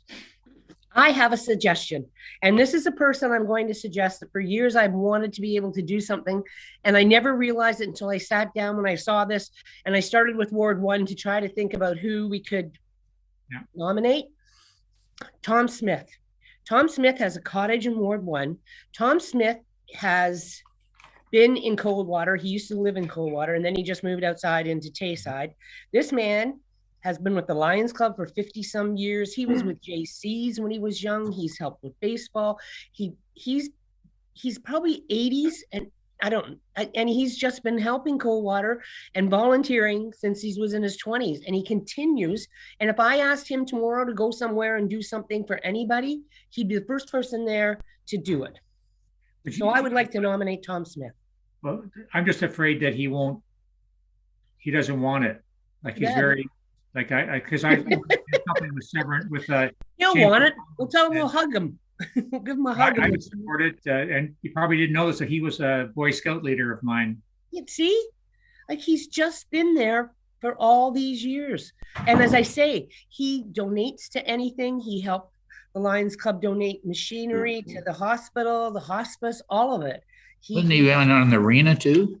Yeah, he's just a community-minded, big-hearted person. Oh, I say the heck with him, and we should vote for him or nominate him. Okay. Okay, Then you okay with that, Mike? You're on mute there, Mike. Can't agree more. Through the chair, yeah. Okay. Great guy. So unless anyone, if you want to chime in anytime, just speak over because I can't see you. Yeah, I'll say yes or no verbally. Perfect. Okay. Allison, do we have a motion for that? We do. So it'll be Thanks, that Emily. Tom Smith be named as the Township of Severn's 2023 Senior of the Year. And we have a mover for that, a move by Member Cox, second by Member Burkett. All in favor? Yes. Carried. Well, back to Member Cox, G.2. Okay, I'll make this quick because I think I've sort of mentioned it to most people. I would like us to reconsider the policy we had for meeting. It said for special meetings we could meet. I really believe that we need to meet in person once a month, and I know corporate services is one of our longer meetings. And I believe that my reasoning is we have new members of council, and I think we need to sit together and chat, and we need to work together face to face and see the staff and do things. And I would just hope that everyone would understand, because I just feel sometimes that everybody's just out there afloat, and I just think it would bring us in together as a cohesive group. Allison has a comment, and then I have a comment too. Thank you. So process-wise for this, first council would need to pass a motion to just do the reconsideration, and then they can discuss the matter. Okay. So it's a two-step process here. Okay. Yeah. My quick comment, I agree with, I think it's a good idea. But Allison, just on the off chance one of us couldn't make it to the meeting, the corporate services meeting person be virtual, one of the councilors. So before we get into the debate on whether or not the mechanics of it, you need to vote as to whether or not you're going to reconsider it. Okay, so that's now or in a council meeting? That would be now. So the motion to read that motion number CSC 2022-143 regarding the council and committee meeting format be reconsidered. Okay, we have a mover for that. Moved by Member Brennan, second by Member Cox. All in favor? Yes. Carried. Thanks. Okay. So just then following up on your question, Mr. Chair, right now our procedural bylaw says that members have to be in attendance.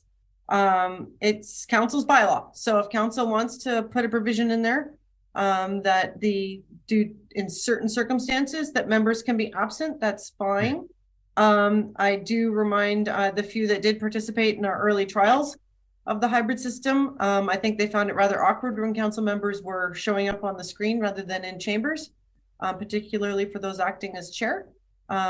So I leave that actually up to you guys to decide whether or not you would require all members to be in or not, or whether or not due to illness or something you would permit someone like a COVID if someone could chime in virtually or not. So as of right now, it would be the same setup that you experienced at budget. Thank you. Member Brennan, look for your comments there. Yes, I fully support Member Cox's proposal. The only one thing I might suggest is for the months of January and February where travel can be a challenge at times, that you might want to make an exception. You know, I'm on at least one committee that doesn't even meet in February because of weather-related issues. But it's just a thought as opposed to a hybrid approach. Okay, Allison and then Member Cox. Sorry, and just on the inclement weather piece, we do have a provision in the bylaw already that if it looks like the weather's going to be bad, that within 24 hours, we can shift it from being in person to virtual. So. Member Burkett. Thank you. Through the chair to Member Jansen, and I just, well, you see you got your sign up. I want to hear what your thoughts are because you're the one that's still working. Thank you, Member Jansen. And Minnings. Oh, that's right. Sorry, Wanda as well. Sorry, Wanda. Yeah, I guess that would be my my only concern would be that at times I do have some time constraints. I would prefer a hybrid model. I would very much like to meet with council in council chambers, and I would be happy to do that at every opportunity. However, you know, knowing my schedule, there may be times where I need to attend a meeting, you know, within 20 minutes after the meeting is completed, which may require me to be, you know, already in the city, I guess you could say. So a hybrid model, I think, would be preferable for myself. And I would make every attempt to be at those meetings, regardless of whether it was hybrid or not. Thank you for that. Wanda, can you comment on this as well? Yes, thank you. My comment is that, for example, this morning, being in council chambers with Member McIntyre and other people on Zoom, it creates an echo. And it creates a bit of a delay, and it's difficult to, it's been my experience, it's been difficult to do both in council chambers. So I would just like to sort of flag the technology and that too. For me, yes, I do work full time, but I book off, you know, I have a different arrangement than Member Jansen. So I book vacation time on Wednesdays, for council meetings, so I'm able and prefer in person. Okay, thank you, Allison, and then Member Cox. Operationally, just for council, if we go back into chambers, so you would bring your tablets purely so that you'd be looking at your agendas. You would not be joining via Zoom. And you would be just like we were at budget. We'd be using the camera that's in the upper corner of chambers. So functionally, for those that would be in chambers, you'd be using the regular desk microphones. Your tablets would all be muted, and the only thing you'd be using them for would be the agenda. So the back feed you tend to get, whereas you have two members currently on Zoom in chambers, would not be experienced. You would only be the only person that would be separately showing on Zoom. You'd have one image for chambers, then have whether or not we have a delegation, which would still be permitted to happen virtually in the quasi-hybrid environment. So our 3 delegations we had this morning could still appear virtually, and they'd be on the screen in chambers. Same with like Inspector Yateman, such as that. It's up to council again with respect to your individual selves as to whether or not you want to mandate it as it is currently in the bylaw that you have to be in chambers. Again, I believe with Member Cox's proposal, we're only talking about Corporate Services Committee. So that would be that 3rd Wednesday morning of the month in chambers. The fourth Wednesday. Okay, sorry, third's planning. So I if we could do hybrid and David could figure it out for us, I would be fine with it. But I believe that if people can be here, we should be together. And I know that all other councils, I think we're with some of the few that don't, and without new members, I just would prefer that we have that opportunity to be together. I'm going to chime in. I attended the Committee of Adjustment meeting last night, and Allison came in virtually. And that's what I was thinking. Well, most of the time, all of us are going to be there, but there's the odd time I may not be there. for corporate service and or any other committee member. That worked great with Allison virtually, and there were people live there, and you did your presentation and went very well. I think a hybrid would work. Okay. So if Sorry, go ahead, through the chair to Allison, was it just yourself that was on the call, hybrid wise, just one person? Through you, Mr. Chair, last night for committee of adjustment, yeah. So I was doing training for the Property Standards Committee. So it's member Jansen that we need to consider. Like if one's going to work and the rest of us are here in chambers, if it worked for Allison, I can't see why it wouldn't work for member Jansen. And I guess I looked to David for his comments. Yeah, but it worked yesterday, so I can't see why it wouldn't work again. You could, well, what also happened though is that I don't think, and I defer to see on this, where all staff are not going to be back in chambers either. So you'll have some staff that'll be still situated at their desks. So when they need to pop in and speak to a report, you'll have multiple screens again on the screen in chambers such as this.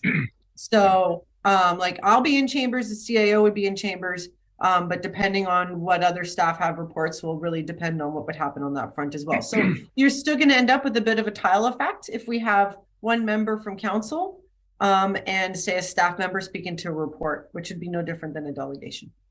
I think member Cox and then our CAO. Well, I would assume that if the staff member was in the building, they could just come in and do their thing and leave again. And if the people are at home, they can zoom in like you did last night. Mm-hmm. Yeah, Lori, can you chime in here? Through the chair. We can be hybrid if council likes. I think what the clerk was trying to chat about is we did some testing on it, and it works really well if you're all focused on the screen. So if there's a presenter, if there's a staff person, if there's a consultant, whatever, you're all in chambers, but you're focused on the screen. Where we struggled with the testing is if one or two council members are on the screen and the rest are in the building, it gets hard for the chair to make sure that they're engaging the people off to the side. But I mean, that's something that you can work through. It's just your preference.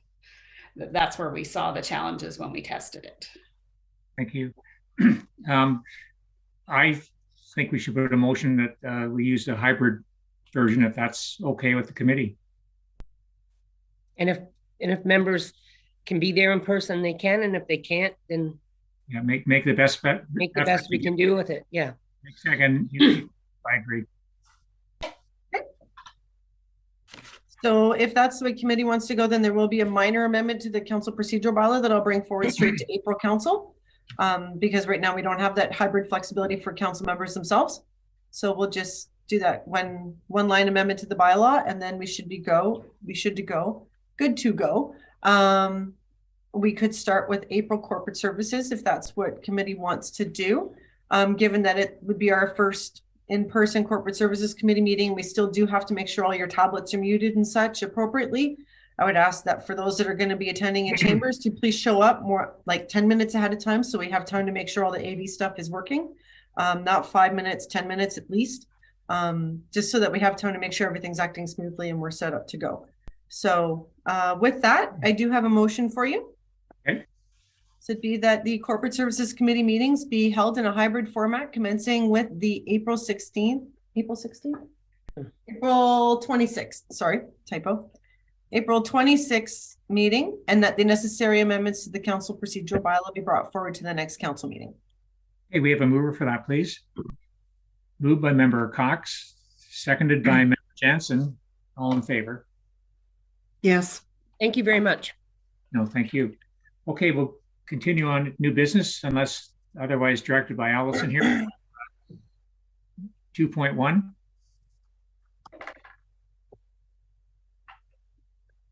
D 2.1. So we have, before we get to D 2.1, we have G.3, which is the special project. We have the special project grant application for 3932 whatever. Sorry. Yeah. Okay. Member Cox. I'm glad to see that people are doing this. I think it's a good idea. And I just had asked Allison if it was possible, if we just asked them to do a before and after picture. So we could see the projects and we could possibly put them up. Thank you. Thank you. Member Brennan. Yeah, you're going to find this strange coming from me, but I'm really concerned about this proposal. Let me just sort of try to put this in context.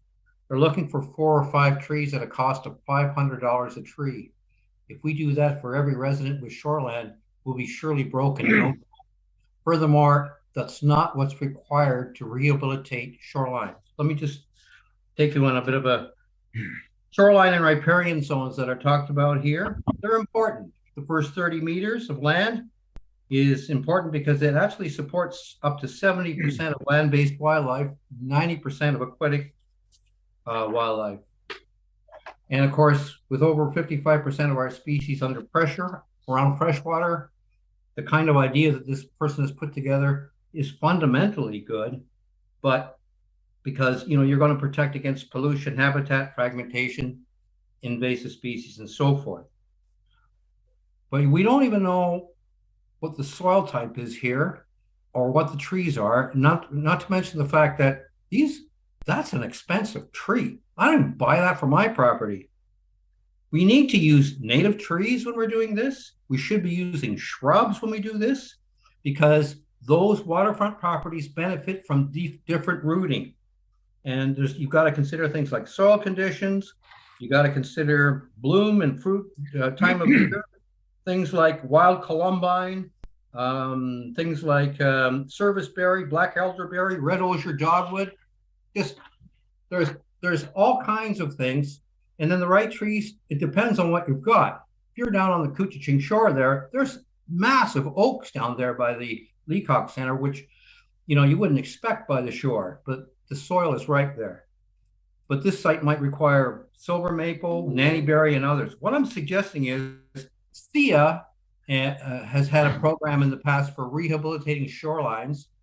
The shoreline thing can be done with, I don't know if SIA still offers this, if they still have someone that comes out, but I know they've done it for at least one property on Cottage. And they can come out, they can give a landowner advice on what should be planted there. And often they can provide sources for the shrubs or trees that are required to do this. You don't need a $500 tree to go in there first off, especially if it's the wrong tree.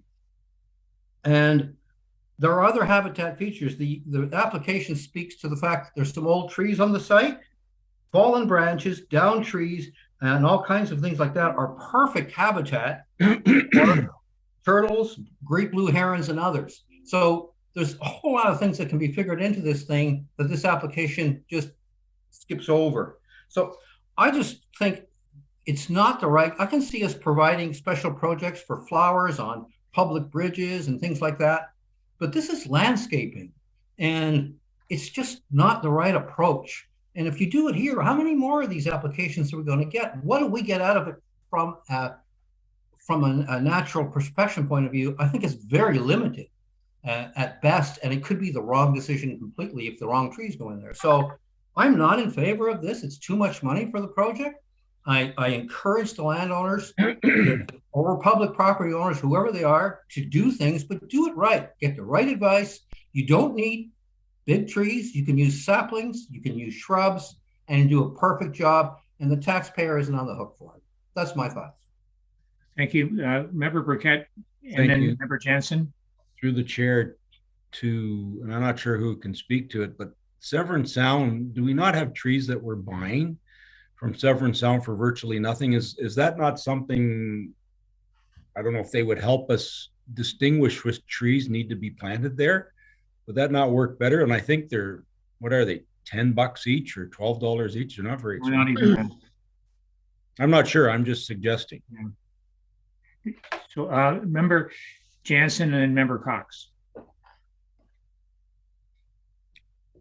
Yes, I'm just wondering, is this somebody's private property that they're requesting assistance to plant the trees on, or is this Severn Township owned property? I can tell you it is. Member Burkett. Thank you, through the chair. So this is down at the bottom of Wood Avenue at the top. So they have a common area that the developer I guess, I don't know if it's deeded to each homeowner, but that's where it is.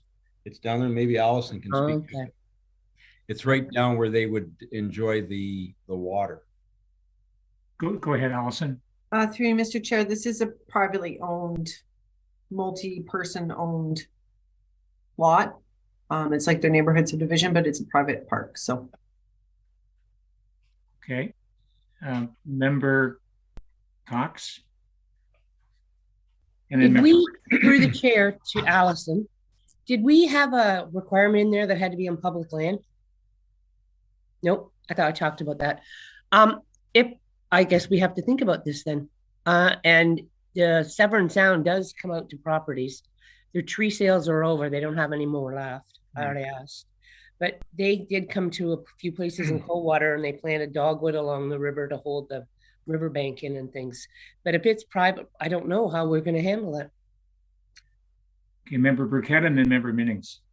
No, thank you, Chair. I've already spoken. I'm good. Okay, Member Minnings and then Member Brennan.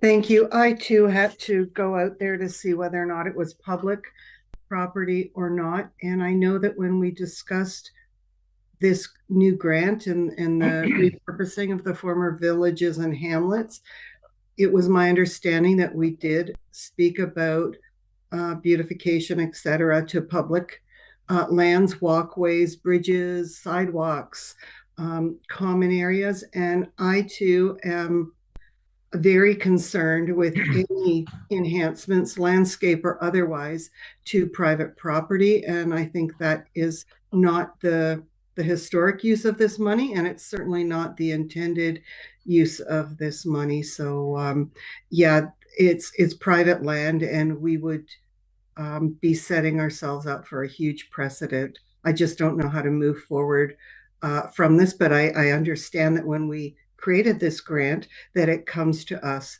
for approval or not approval, and that's solely on us.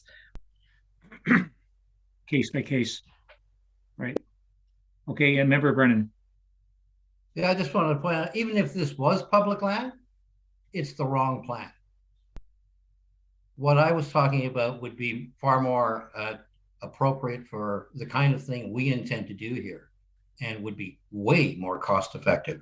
So, you know, again, it's great someone wants to plant a tree. I'm a forester. Love to hear that, but not at $500 a shot. Thank you. Member Minnings. Yes, and sorry, supplemental. I had a question about the actual grant itself and other grants. So going through the budget process for the first time this year and seeing what was improved last fall, it appears to me that costs are put forward by through grant applications, but there isn't like an ability to recoup monies that aren't spent or look at receipts, etc. So that's one thing that I also see as a gap, and it is that you know, if money's approved, it's approved similar to how we incur an expense and then you're approved up to a certain amount based on your receipts rather than a flat amount. And that would go across the board. And I don't know the history of the township for that. So I'm thinking some of the things that came up from former grants and came up in the budget were, you know, a flat $1,000 or $2,000 for a Santa Claus parade, or a flat amount for another initiative. So I need some help understanding what we're approving and how we can be confident that those monies are spent. Thanks. Thanks, Wanda. Allison, can you comment on her query? Thank you. So not all grants are the same. We have 4 different categories of grants. So general program grants, which have a maximum of $1,500, festival event grants, which have a $5,000 first time maximum, and then they decline afterwards by 25% every year after that if they keep reapplying. We have capital improvement grants, which are 50% funding to a maximum of $10,000, with the other 50% expected to. So depending on the grant we're looking at, there are different stipulations and conditions attached to it. This application specifically falls under the new category that council created only a month or so ago, which is the council special project grants. Grants must be used towards a community beautification program or project that provides or enhances Severn's communities. Project must be detailed on the application. Applications must demonstrate how the funds will be used.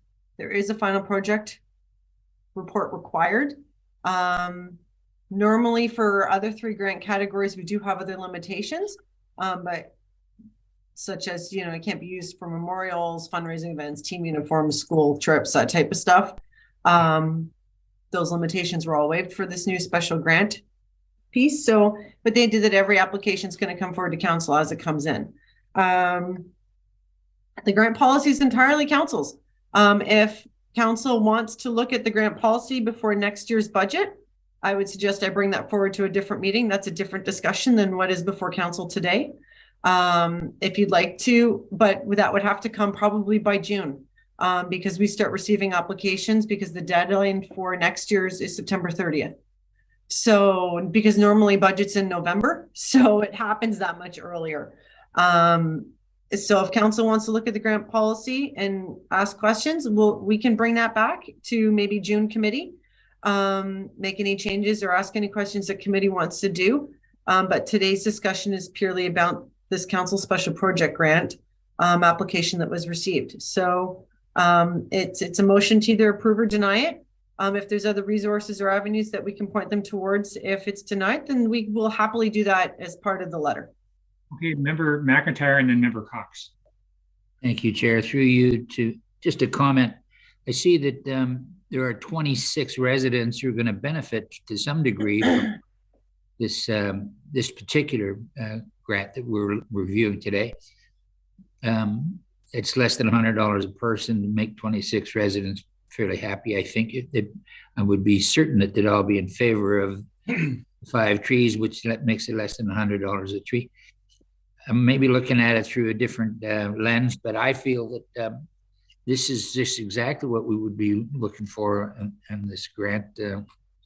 This application seems to me to benefit more than one person. It's not exactly public land. However, they own each 1/26 of the beach area that they want to do it. I'd be in favor of I'd be in favor of this grant application from Mr. Downer. I think it'd be a benefit to the people in the area, and I can't see why we wouldn't. Why this is exactly what we want with this grant business that we're doing. So I'd be in favor of the applicant and his $2,500 at this moment. Talk to yourself. For your comments, Member Cox. Yeah, through the chair. I don't know. I get that Member Brennan has concerns, and maybe it's something we tell Mr. Downer that maybe he should get hold of the SSEA. They could come and look at. I'm not quite sure how to handle it, because in the beginning I really did think it was a good idea, and it says in the thing that community and wherever you're going to do something, sometimes it would only be 30 people that would see it or be. So I'm torn. I'd like to hear other people's opinions.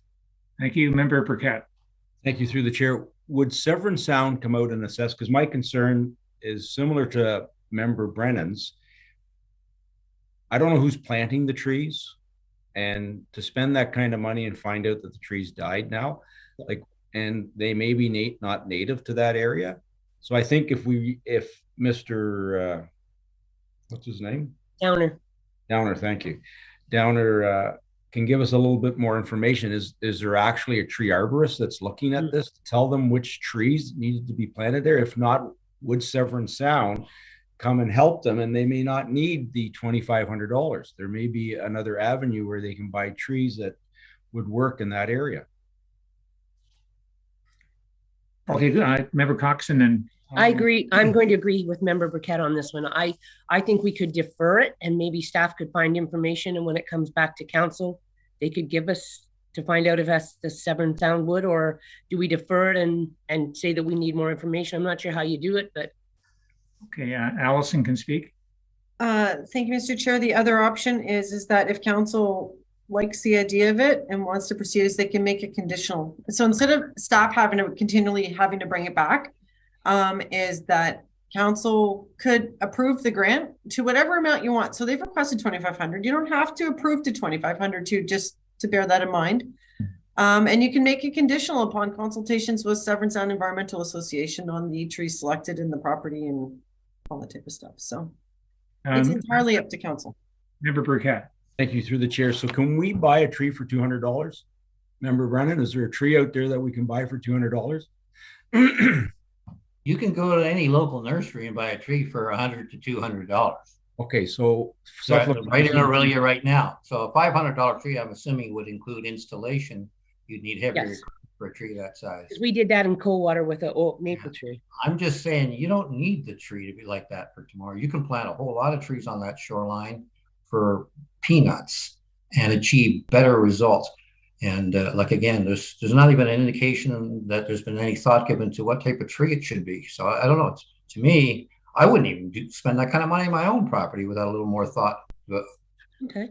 So if with committees, supplementary through the chair, if I may, with committees indulgence. So why can't we send a letter back? Because I don't think staff needs to be involved in this. They have enough to do. We're talking about some trees. So why don't we have Mr. Downer do the legwork? Tell us what type of trees he's willing to plant.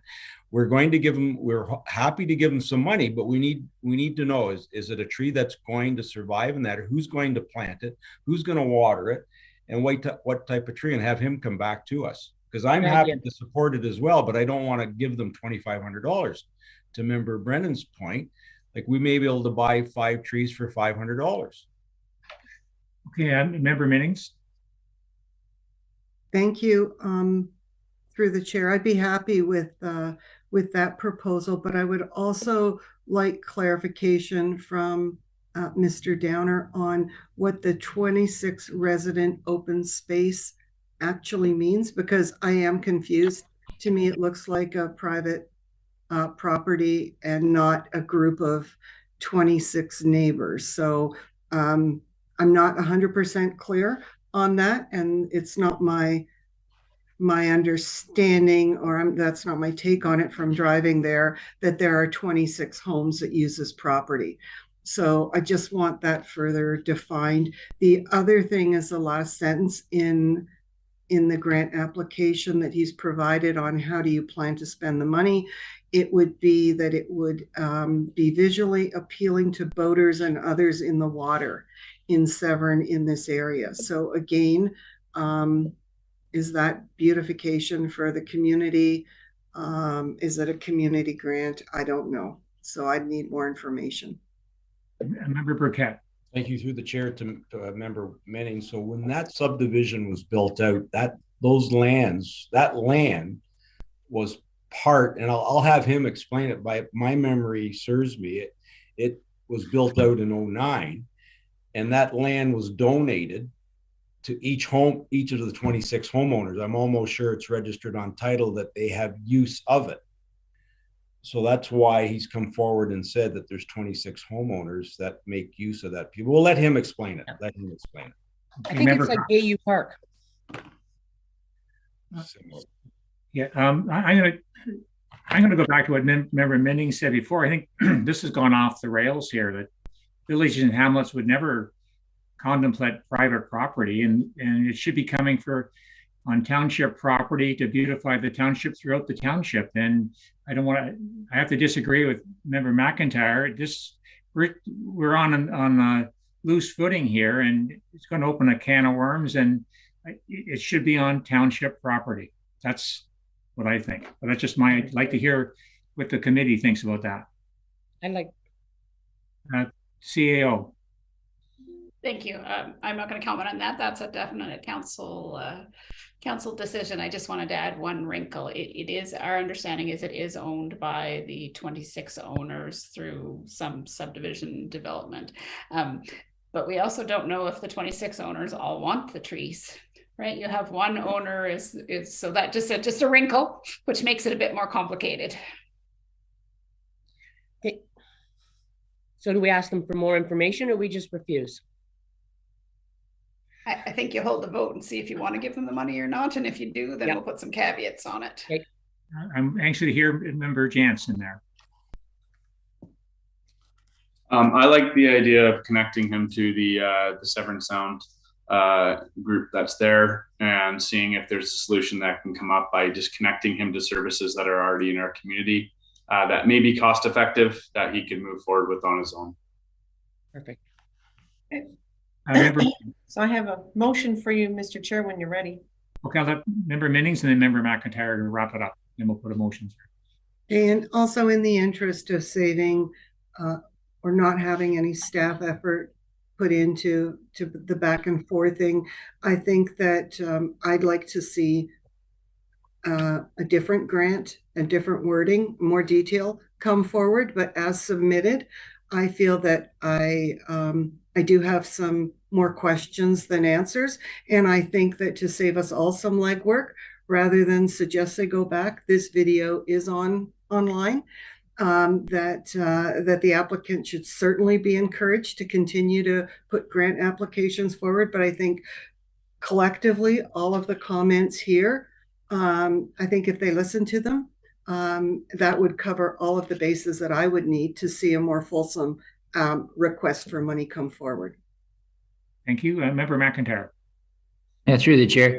After hearing multiple questions regarding my previous comments, at first blush, I thought it'd be a good idea to take a small amount of money and make 26 residents, if there are 26 residents, but 100% right.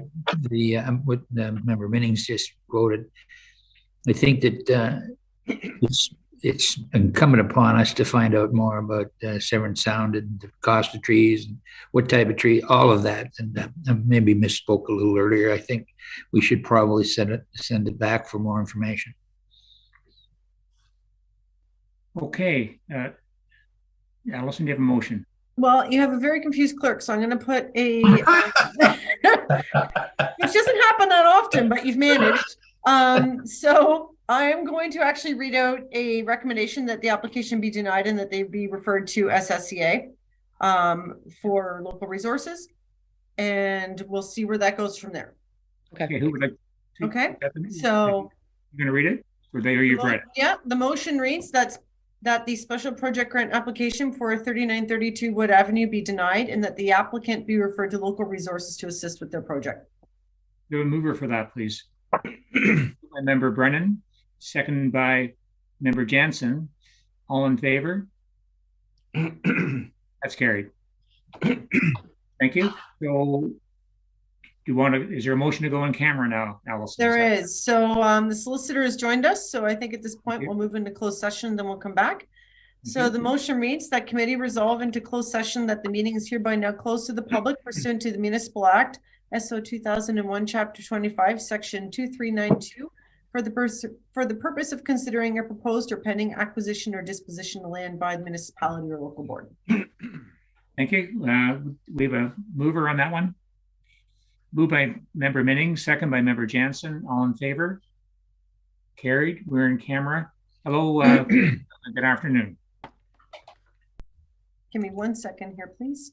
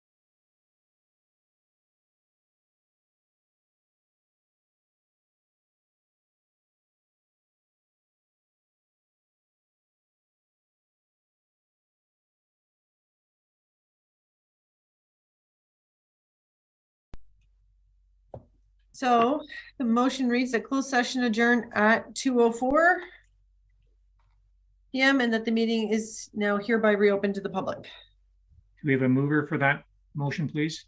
Moved by Member Burkett, second by Member McIntyre. All in favor?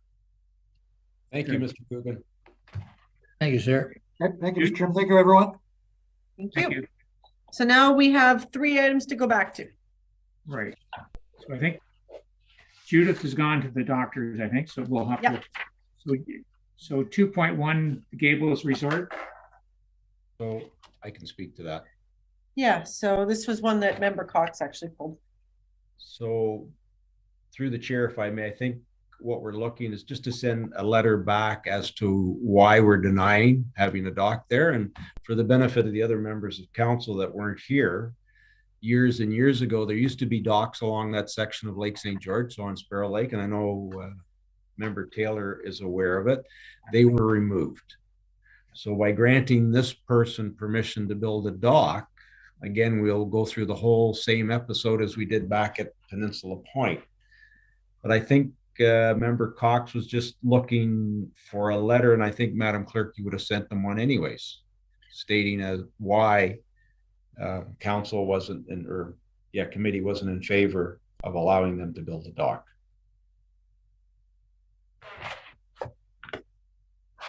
Now go ahead, Madam Clerk.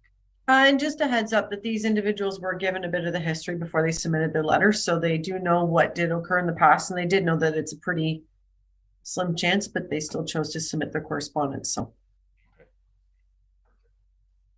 So do we need a motion for this, Allison, or is it? Yes. So the motion would read that the correspondence from Gables Cottage Resort requesting storage of watercraft on Lake St. George be received and that the request be denied. Okay, we have a mover for that. Moved by Member Burkett, second by Member Brennan. All in favor? Yes. Carried. Okay, now 2.2. And that's Mr. Brennan. You want to speak to this? Thank you, Chair. Taylor. Yeah, just you may have noted in your AMO correspondence that they've done a news release, President Colin Best and the Executive Director with the Toronto Star with regard to this whole issue of housing and homelessness. And in that, they've noted that there are 30 resolutions already put forward by municipalities and more coming in every day. And of course, I'm hoping that we're going to be one of the more. If you were listening to the radio on the weekend, you probably heard about some of the homelessness issues in Kingston and Peterborough. Pretty bad situation when you're hiring private security people to try to get people out of fields and so forth. I know I've actually seen the one in Peterborough. It's pretty nasty. Let's hope we don't have to deal with that kind of thing. Although I do know that in Aurelia, there are people tenting in the woods as we speak. So it's a big issue. And the resolution speaks to the need to do something real in accordance to AMO's policies for us. The resolution is consistent with the Committee of the Whole information that the Deputy Mayor sent to us for that homelessness prevention services and supports. They did a report there she sent to us in January. And it's also consistent with the Building Ontario Together pre-budget submission by AMO and with AMO's submission to municipal reporting on planning matters as well. So all comprehensive reports. Bottom line is we need something real done about affordable housing and homelessness. AMO is asking us to support them in the bid to get there, and I'm asking you to support the resolution. Thank you. Okay, I think committee's in agreement with that. Okay. Bear with me, the motion's a long one. So the motion reads that whereas the homeless crisis is taking a devastating toll on families and communities, undermining a health and prosperous Ontario, whereas the homelessness crisis is a result of the underinvestment and poor policy choices of successive provincial governments, whereas homelessness requires a range of housing, social service, and health solutions from government, whereas homelessness is felt most by the level of local government and the residents that they serve, whereas municipalities and the district social administration boards are doing their part but do not have the resources, capacity, or tools to address this complex challenge, And whereas leadership and urgent action is needed from the provincial government on an emergency basis to develop, resource, and implement a comprehensive plan to prevent, reduce, and ultimately end homelessness in Ontario. Therefore, be it resolved that the Council of the Township of Severn calls on the provincial government to A, acknowledge that homelessness in Ontario is a social, economic, and health crisis. B, commit to ending homelessness in Ontario. And C, work with AMO and a broad range of community health, Indigenous, and economic partners to develop, resource, and implement an action plan to achieve this goal. And further, that a copy of this motion be sent to the Minister of Municipal Affairs and Housing, the Minister of Children, Community, and Social Services, the Minister of Health, and the Association of Municipalities of Ontario. Thank you. We have a mover for that. Moved by Member Brennan, seconded by Member Jansen. All in favor? Yes. Thank you. Then we'll jump to 2.3. Member Cox brought that forward, but I know she's after there for endorsing. Yeah, I believe she's just looking for motion of support for Chatham-Kent's motion. I think committee would support that. Okay. Okay, then the motion will read that the Council of the Township of Severn support the resolution of the Municipality of Chatham-Kent regarding the need to reduce municipal insurance costs. Okay, moved by Member McIntyre, second by Member Jansen. All in favor? Yes. Carried. Oh, sorry, Wanda. I thought I heard you there. That's good. I think now we can jump to committee updates, and just so everyone, I'll start with Ward 1 through to 5, and then we'll go to the mayor at the end there, if that's okay. So start off with Severn Sound is going to have their awards ceremony this Friday night. It's at the Coldwater Community Center. It starts at 5:30, but the actual awards meeting starts at 6. So it's a good time if you want to connect with some of the Severn Sound people there about plants and shorelines there. So it should be a good evening. The Coldwater Mill, we're working on plans for 2023, but we're also looking ahead. In 2033, the mill becomes 200 years old. So we're kind of excited about that. So stay tuned there.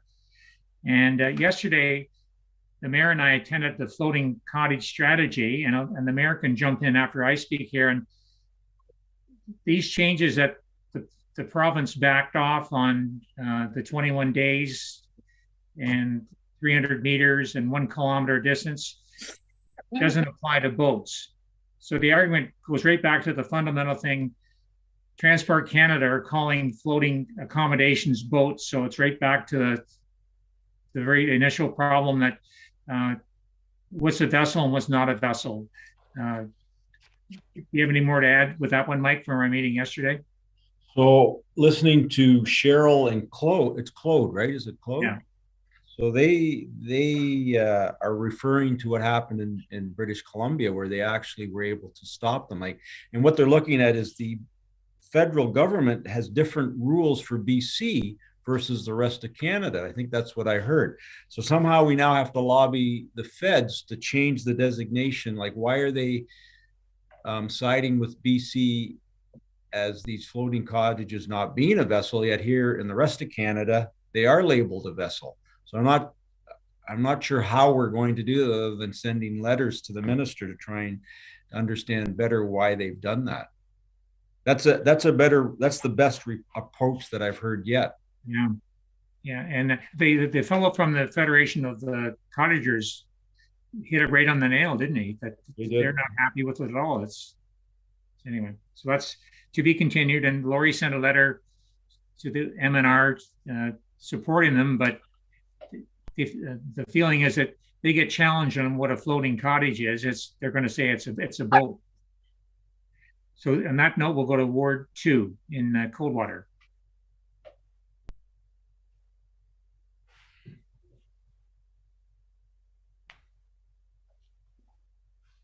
Maybe I'll jump to Ward. Are you okay there, Dan? Just a few things to say in Ward 2. I am. Sorry, I was just looking over my my notes from the meetings. I've been attending the SegBay Chamber of Commerce meetings.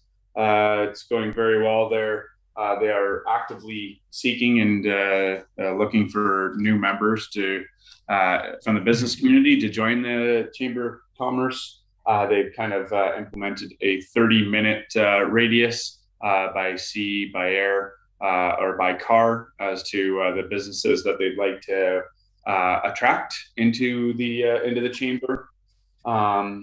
With the BIA, the Coldwater BIA, they had their board meeting just last night. There are some upcoming events that I'd like to share. The BIA Easter Extravaganza events coming up on April the 8th. Definitely a good event to bring your kids to. The duck race for the Legion is coming up on May the 27th. That's always an exciting event. It brings a lot of people to the community. And I do want to report that Segbay was able to come to the BIA last night to give a presentation, just to not only promote themselves, but also to offer their assistance with the Coldwater BIA and try to build the relationship to be working together on behalf of our community, as well as to support local businesses in business development and in helping out with their needs. I'll leave it at those two events for now, and I know that we'll have some more reports moving forward. Maybe I will just give a shout out to the Legion. They did have a well-attended St. Patrick's Day parade on Friday, March the 17th. I know a couple of us were there, including Member Brennan and Member Cox. And the streets were even lined up, and it was a school day. It was great to see so many people out supporting a wonderful event here in our community. Thank you. Thanks, Dan. Let's move over to Ward 3, Member Brennan. Yeah, well, I haven't had as much fun as Dan's having with parades in Ward 2, but just a quick update on the physician recruitment committee there. On April 30th, the committee will be hosting a breakfast to thank our doctors for the work they're doing. It'll be held at the Common Stove. On May 25th, there is a session for retiring physicians. Just so as you know, we have 5 family doctors that are over 65 right now and retiring soon, another 5 that are over 60, and another 4 that are over 55. So there is active recruitment going on. The details around that are confidential, but things are looking good from where I sit. And we're hoping that the retiring physician thing is to help with transition from current family practices to the newer people, and has been quite valuable. And hopefully it will be hosted in our very own Severn Township. There is a new website being developed, social media site, to make people more aware of the recruitment efforts that are going on. That should be released by June 30th. I have forwarded to Tracy some information in that regard, since that website will include the logos of anyone supporting the hospital and its recruitment, and of course the foundation as well, I guess. And because our logo would be involved, I have shared that with staff. There is a major fundraiser plan for recruitment for the fall. No date to be set yet. And don't confuse that with the Hospital Foundation Gala, which is November 18th, which I thought Mr. Stumpo, he might have mentioned it today, but I don't think he did. And that'll be held at Casino Rama. That's it for me. Thank you. Okay, thank you very much, Phil. We'll go to Ward 4, Member Minnings. Thank you, Chair. So for my reports, the Culture and Recreation Committee has not met since the last time I updated you on. So no updates from that committee, although our next meeting is April the 11th. In Ward 4 on April 7th or 8th, the ratepayer groups are working on our second annual Easter Bunny visit and Easter egg hunt in the neighborhood. And once the committees had our first meeting and nailed down a few logistics, we will provide information through communications for the community calendar in Severn. And at this time, it is being fully funded by the 2 ratepayer groups as a community initiative. Great. Thank I you. I should give one more update. Sure. The Aurelia Library Board, of which I'm a member also, we've been meeting monthly. We now have subcommittees that were just developed at our meeting last week, and more information on integrated opportunities and partnerships going forward. There is next week a final Ontario Library Association training for board members that I'll be attending, and I'll have more information coming back to you from there. Great. Thank you, Wanda. We'll swing up to Ward 5. Thank you, Chair. I've been slow off the mark getting to the chamber. I'm representing our township with the chamber in Aurelia. I haven't been able to attend at this time, but through slow off the mark at the beginning, and then of course I went on vacation, and then I was sick, and now I'm better. So that's in the offing. Should be their next meeting. The traffic lights in 169 and Muskoka Street. The cement is poured, the poles are up. The lights are not on at this moment as of yesterday as I went through there. But I'm expecting the traffic lights to be functioning sooner than later. And speaking to the foreman, one of the foremans on the job, he couldn't tell me exactly when, but he said it's sooner than later. So you might anticipate going through Washego not too long from now, and you'll be seeing traffic lights on that busy corner. Otherwise, I don't have anything else. We have nothing else pressing and nothing else planned. So that's my report for now. Thank you. Over to the mayor. Thank you through the chair. County only had one meeting. Nothing that stuck out that was overwhelming. It was just regular business. We talked about paramedics and response times, and there was a lengthy conversation about rapid. They haven't got an ambulance. They've got a rapid response vehicle where if an ambulance is not required, depending on the symptoms and the priority, they'll send that rapid response vehicle out. And Ramera has one, and I think they have one for Penetang as well, some of the remote areas, rather than sending an ambulance out. I attended Lakehead Innovation Week on behalf of the warden and said a few words. Quite a gem to have in our area, to have a university here. I also, as a partnering municipality to Oro, I was invited to the Langman Wildlife Sanctuary, and I'm not sure if everybody knows where that is. It's just over on the other side of Bass Lake. They actually have 2,000 visitors a year. It's on a 150-acre parcel of land. And what they try to do is educate kids as to what a marsh does and how to protect nature. And they're also planting trees through the help of Severn Sound, which was great to hear. Those are my comments. Are you going to the county on Tuesday, Mike? No, I'm leaving for Florida on, I'll miss that. I'm sorry. I'm leaving for Florida on Saturday. Okay. So I'll miss that. So I think all of you are going, so enjoy your time there. Yeah, very good. Thanks for that update. Then we'll jump to our CAO for any updates that Laurie has. Thank you. I think the agenda was a good coverage of how busy we've been the last month. So I think I'll leave it at there, because I think I'm between you and adjournment. So it's been a long day. Well, you said it'd be a long one, and I didn't believe you, but you know what? Allison and I guessed 1 o'clock for Bill, and we were pretty close. So well done. Okay, do we have a motion to adjourn?